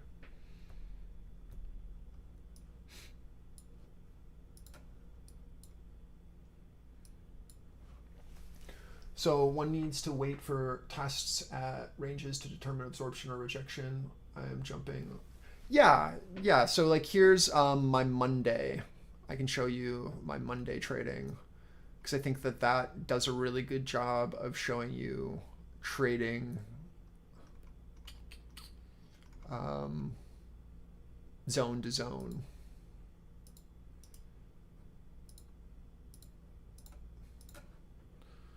This will be the last thing that I say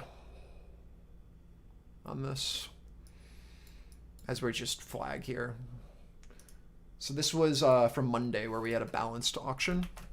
Oh, that's the wrong screenshot. Copy.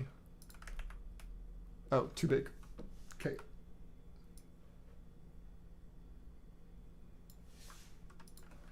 So this was our Monday, where we separated our auction into two very clear pivots.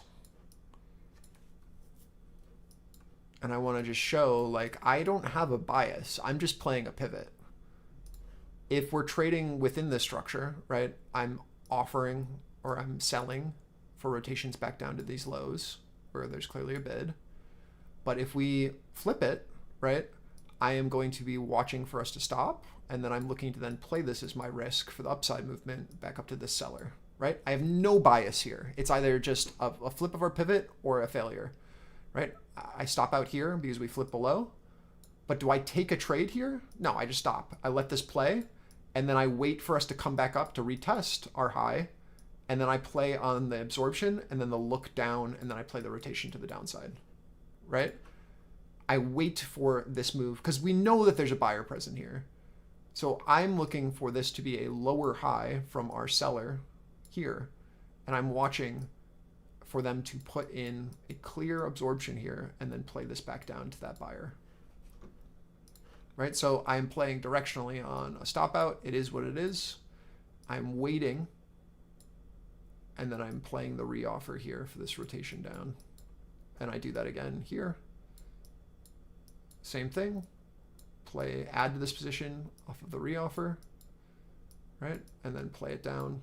And then this is MOC, where we take out lows with just volatility, and I get filled on my all my contracts there with limits.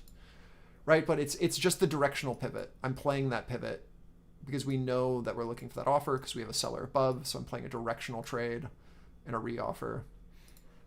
And then when we flip that pivot, we take out these highs and I get stopped, then it's like, oh, okay, well, I would only get stopped if I thought that we would then go up.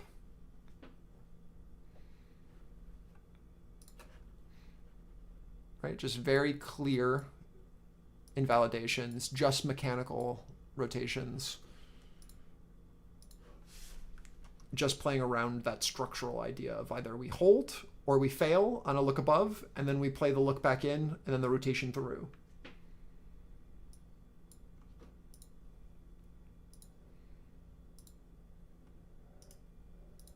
And then you might be like, oh, is that a profitable strategy? Well, it's like if you're playing like solid risk to reward, yeah, it is, right? Like this was just micros that we did that with. I just showed, right? Like this is what it looks like with micros. Just clear mechanical risk to reward, just letting this shit play, allowing runners to run. It's profitable.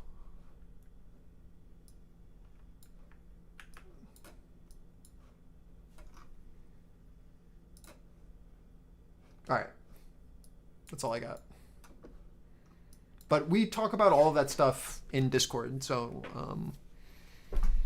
great questions. Thanks for asking. We do a Monday class as well every week, where we would be able to like go more in depth with this kind of stuff. Yeah. But yeah, that's a great time to ask when it's slow like this. All those screenshots I just posted and we went through are things that I posted live throughout the day, just in our Discord as we were trading. Yeah.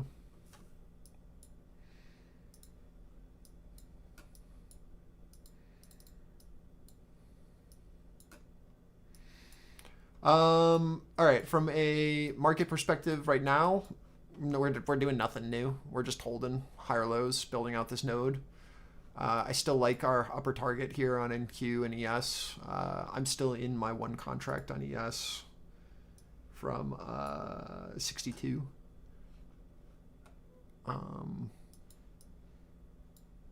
But I don't know if we're gonna do it right now, right? This is just that balance that we were just talking about. We have no one that's really like offsides. We need some sort of like look below and then look back in, or look above and then like look back in for some sort of excess to be. We need something new, right? There's no excitement, no participation here outside, no one to play around, just chop between, you know, a buyer and a seller. We need some sort of trapped liquidity to get something new here. Russell flat, right? Just chopping in our 30-second opening range. So we'll have to wait for that trapped liquidity. Maybe this participant here at 68s is enough, but I doubt it. I think whichever way we break, we'll probably play the opposite direction on a look back in, depending on which way this goes. So all I'm going to do is just throw a fixed range on these areas. Watch our edges, see if we find anything new. But still in an uptrend on the day. Russell's just sideways, so we've lost a lot of momentum. We see that our POC is shifted on our daily from here at our VWAP to up here into this upper node in our 30-second opening range. So what happens if we can't start to build above? Well, this will then become resistance, right? And then we're going to rotate back down to this low. So it'll be a pretty important area if Russell can't start to do anything with this area. So we'll just come back down to VWAP first before we can go on our way. That'd be my guess.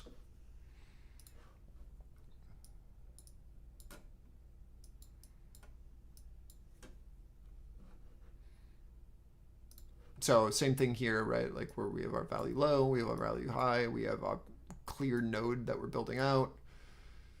We're going to just be watching, can we sustain above, or is this going to trap and cause rotations down?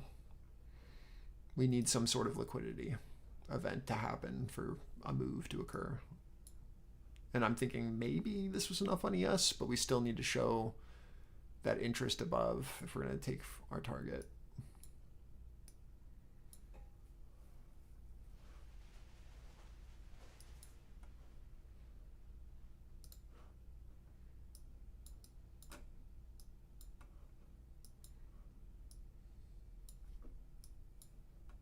Right, nothing's validated technically on the 15. We're still holding POC to value low on these previous 15-minute candles, but there's just no excitement at our highs, so it's just chop.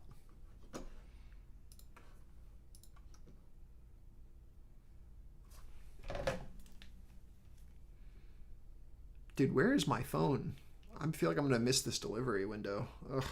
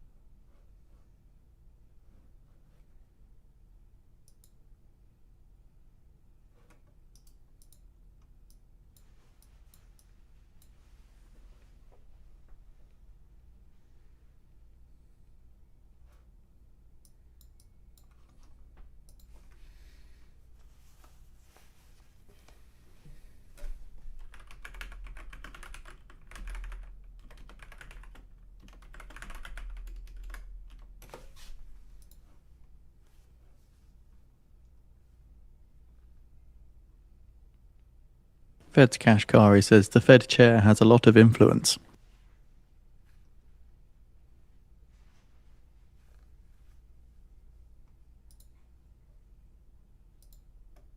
The Kashkari clarifies that the Fed chair is one of 12 voters on Fed policy.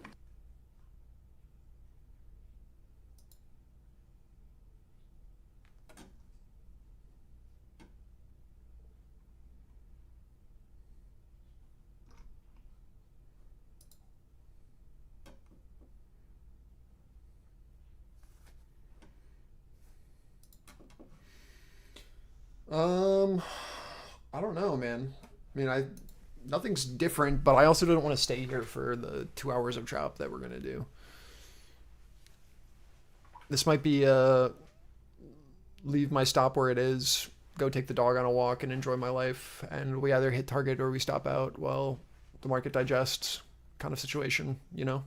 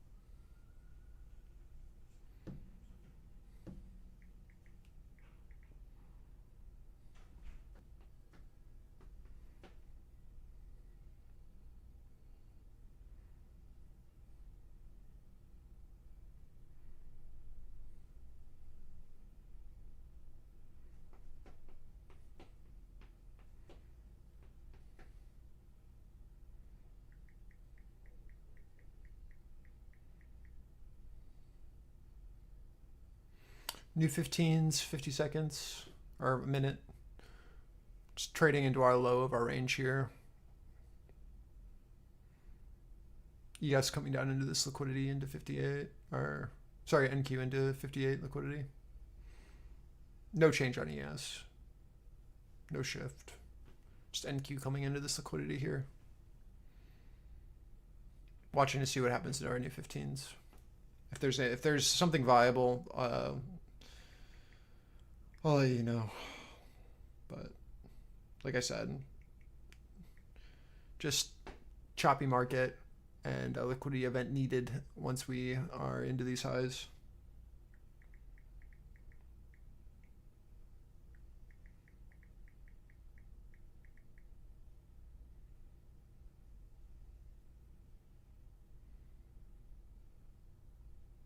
Oh my God, I hate this app. Are you kidding me?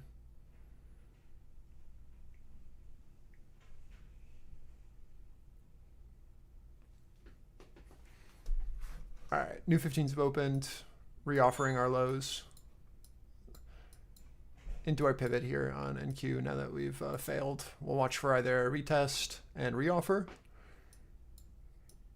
or a trap bid new high. That's my guess. Let's see what we do.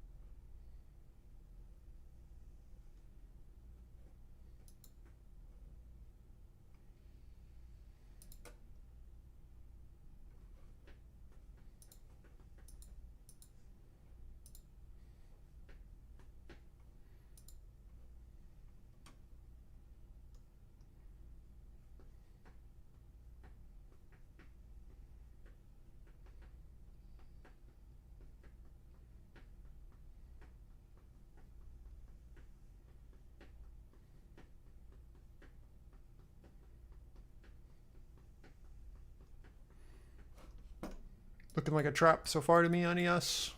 Into our lows. RTY still holding. NQ bouncing our pivot.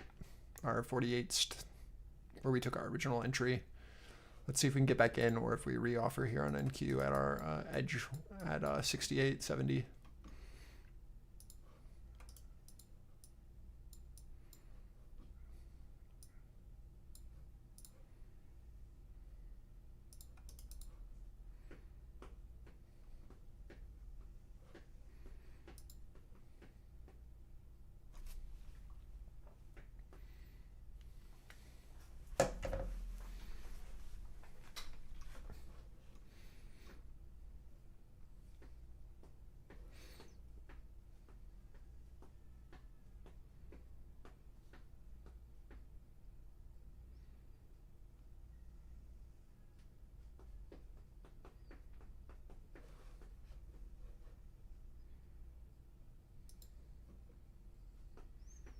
Big test here on NQ as we push into our low of this value. Right? Can we get back in? If we do, we should expect a full rotation. If it fails, very clear that we'll be looking for then a shift downwards. Let's see if we get the flip. back in, trapping this liquidity, or if offer is able to sustain. ES just did its full rotation off that failure, just to give you an example.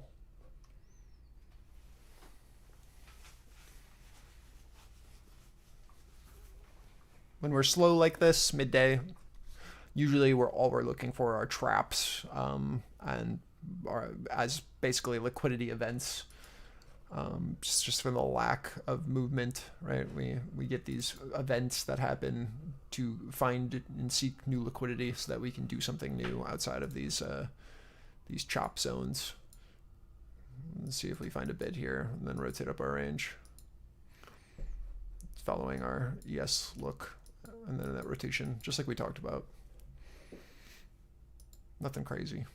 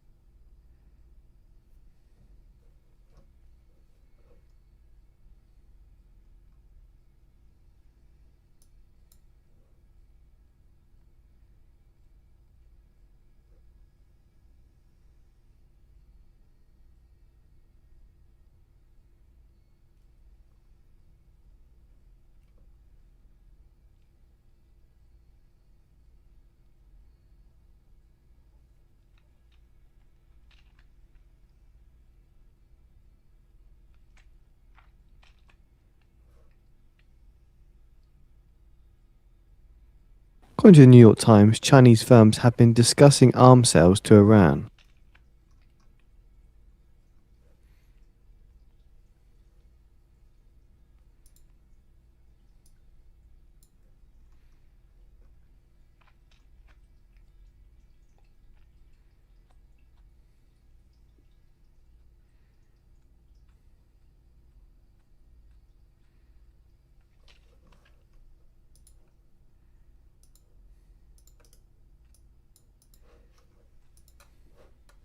A New York Times cites US officials on possible China-Iran arms sales.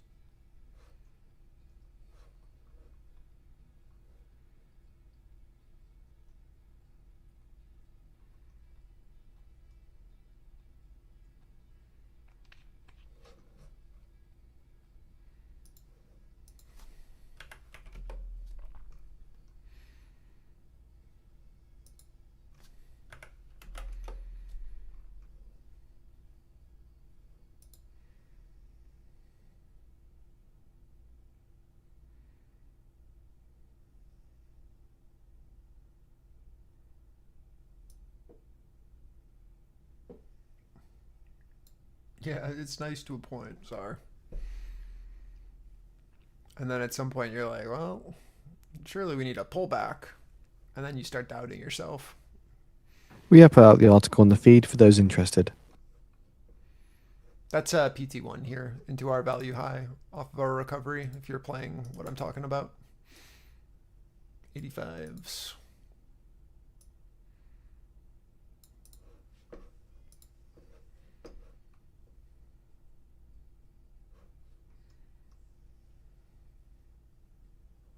New York Times further saying that it's not clear if the arms have been shipped or if a deal is likely. Ideally, we take out highs with that liquidity trap below, right? Ideally. So I'm trying to leave a runner for it, but we'll see.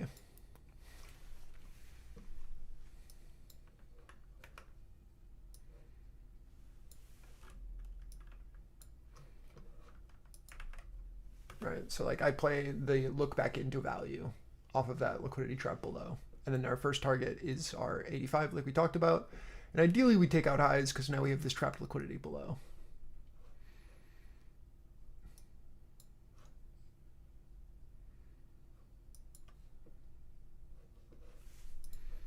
And just so you can see what that looks like, right? It's just it's a higher probability trade. That's all. It's just the entry back into our value. That's all that is from our liquidity that we were looking for and seeking.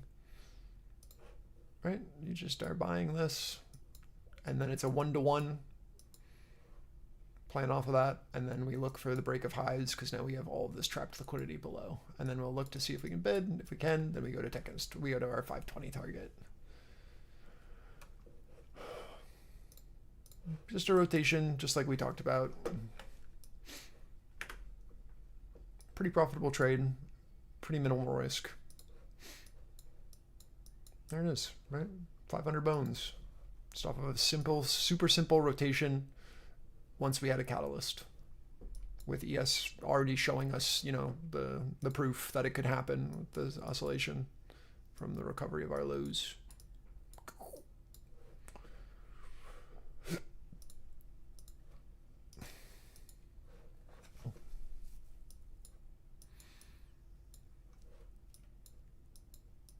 I'm still in my ES trade as well. Just 62.25 is my stop. I should risk take profit though, but you know, nothing's invalidated. You know, it's hard.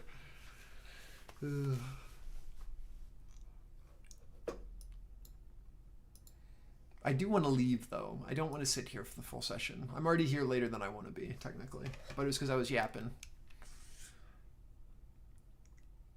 I don't want to miss my phone though. If I miss this delivery, I'm going to be so pissed.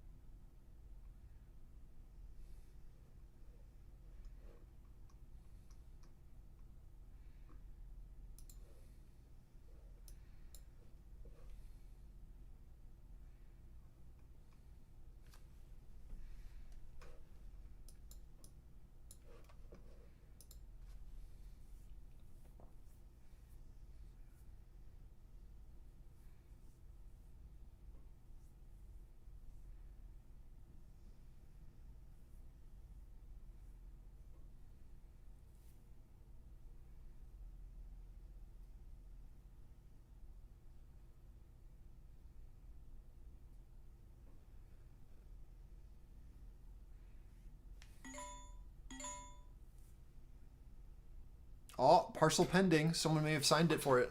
Holy shit. I'm going to go check.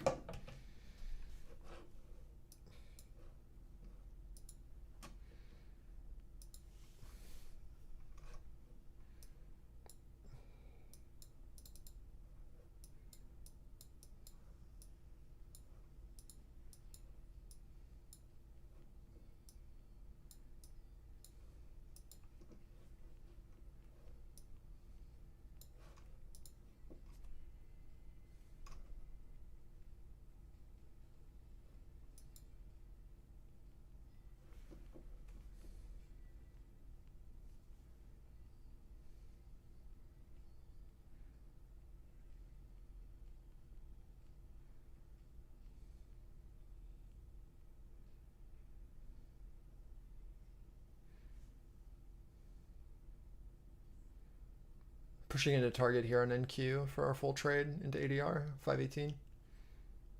Beautiful trade, honestly. Hopefully that made sense to you guys. looking for that, seeking that liquidity. Did that make sense or no?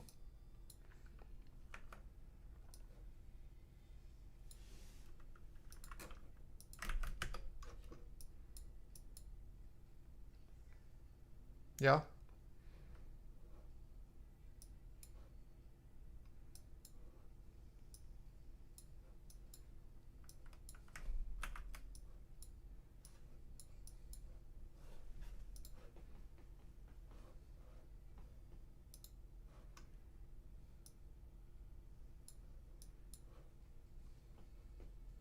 Yeah, for sure. Good way to end it. And I'm just going to hold this ES runner. No reason to let it go. We're mooning on that position. Actually, we're not really, but you know, it's the same profits I just made on NQ from scalping. Bank of England's man says, asked on recent gilt moves, says financial landscape is relevant for rate decisions.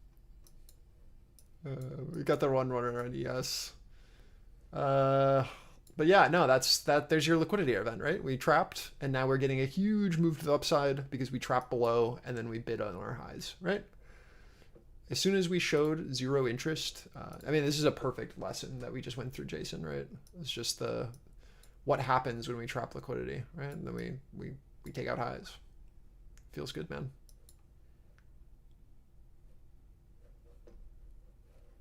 Same thing here on our lows, right? Failure, rotation up, hold of our highs, moon. There's your right side of V so that you don't short it, right? Later, man. Great trade, great trade.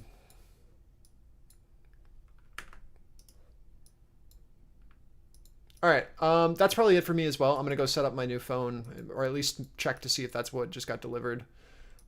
Good last trade of the day after a nice little lesson that we did. All right, boys, I'll see you tomorrow. Have a good night. See you at 10 a.m. tomorrow. Peace.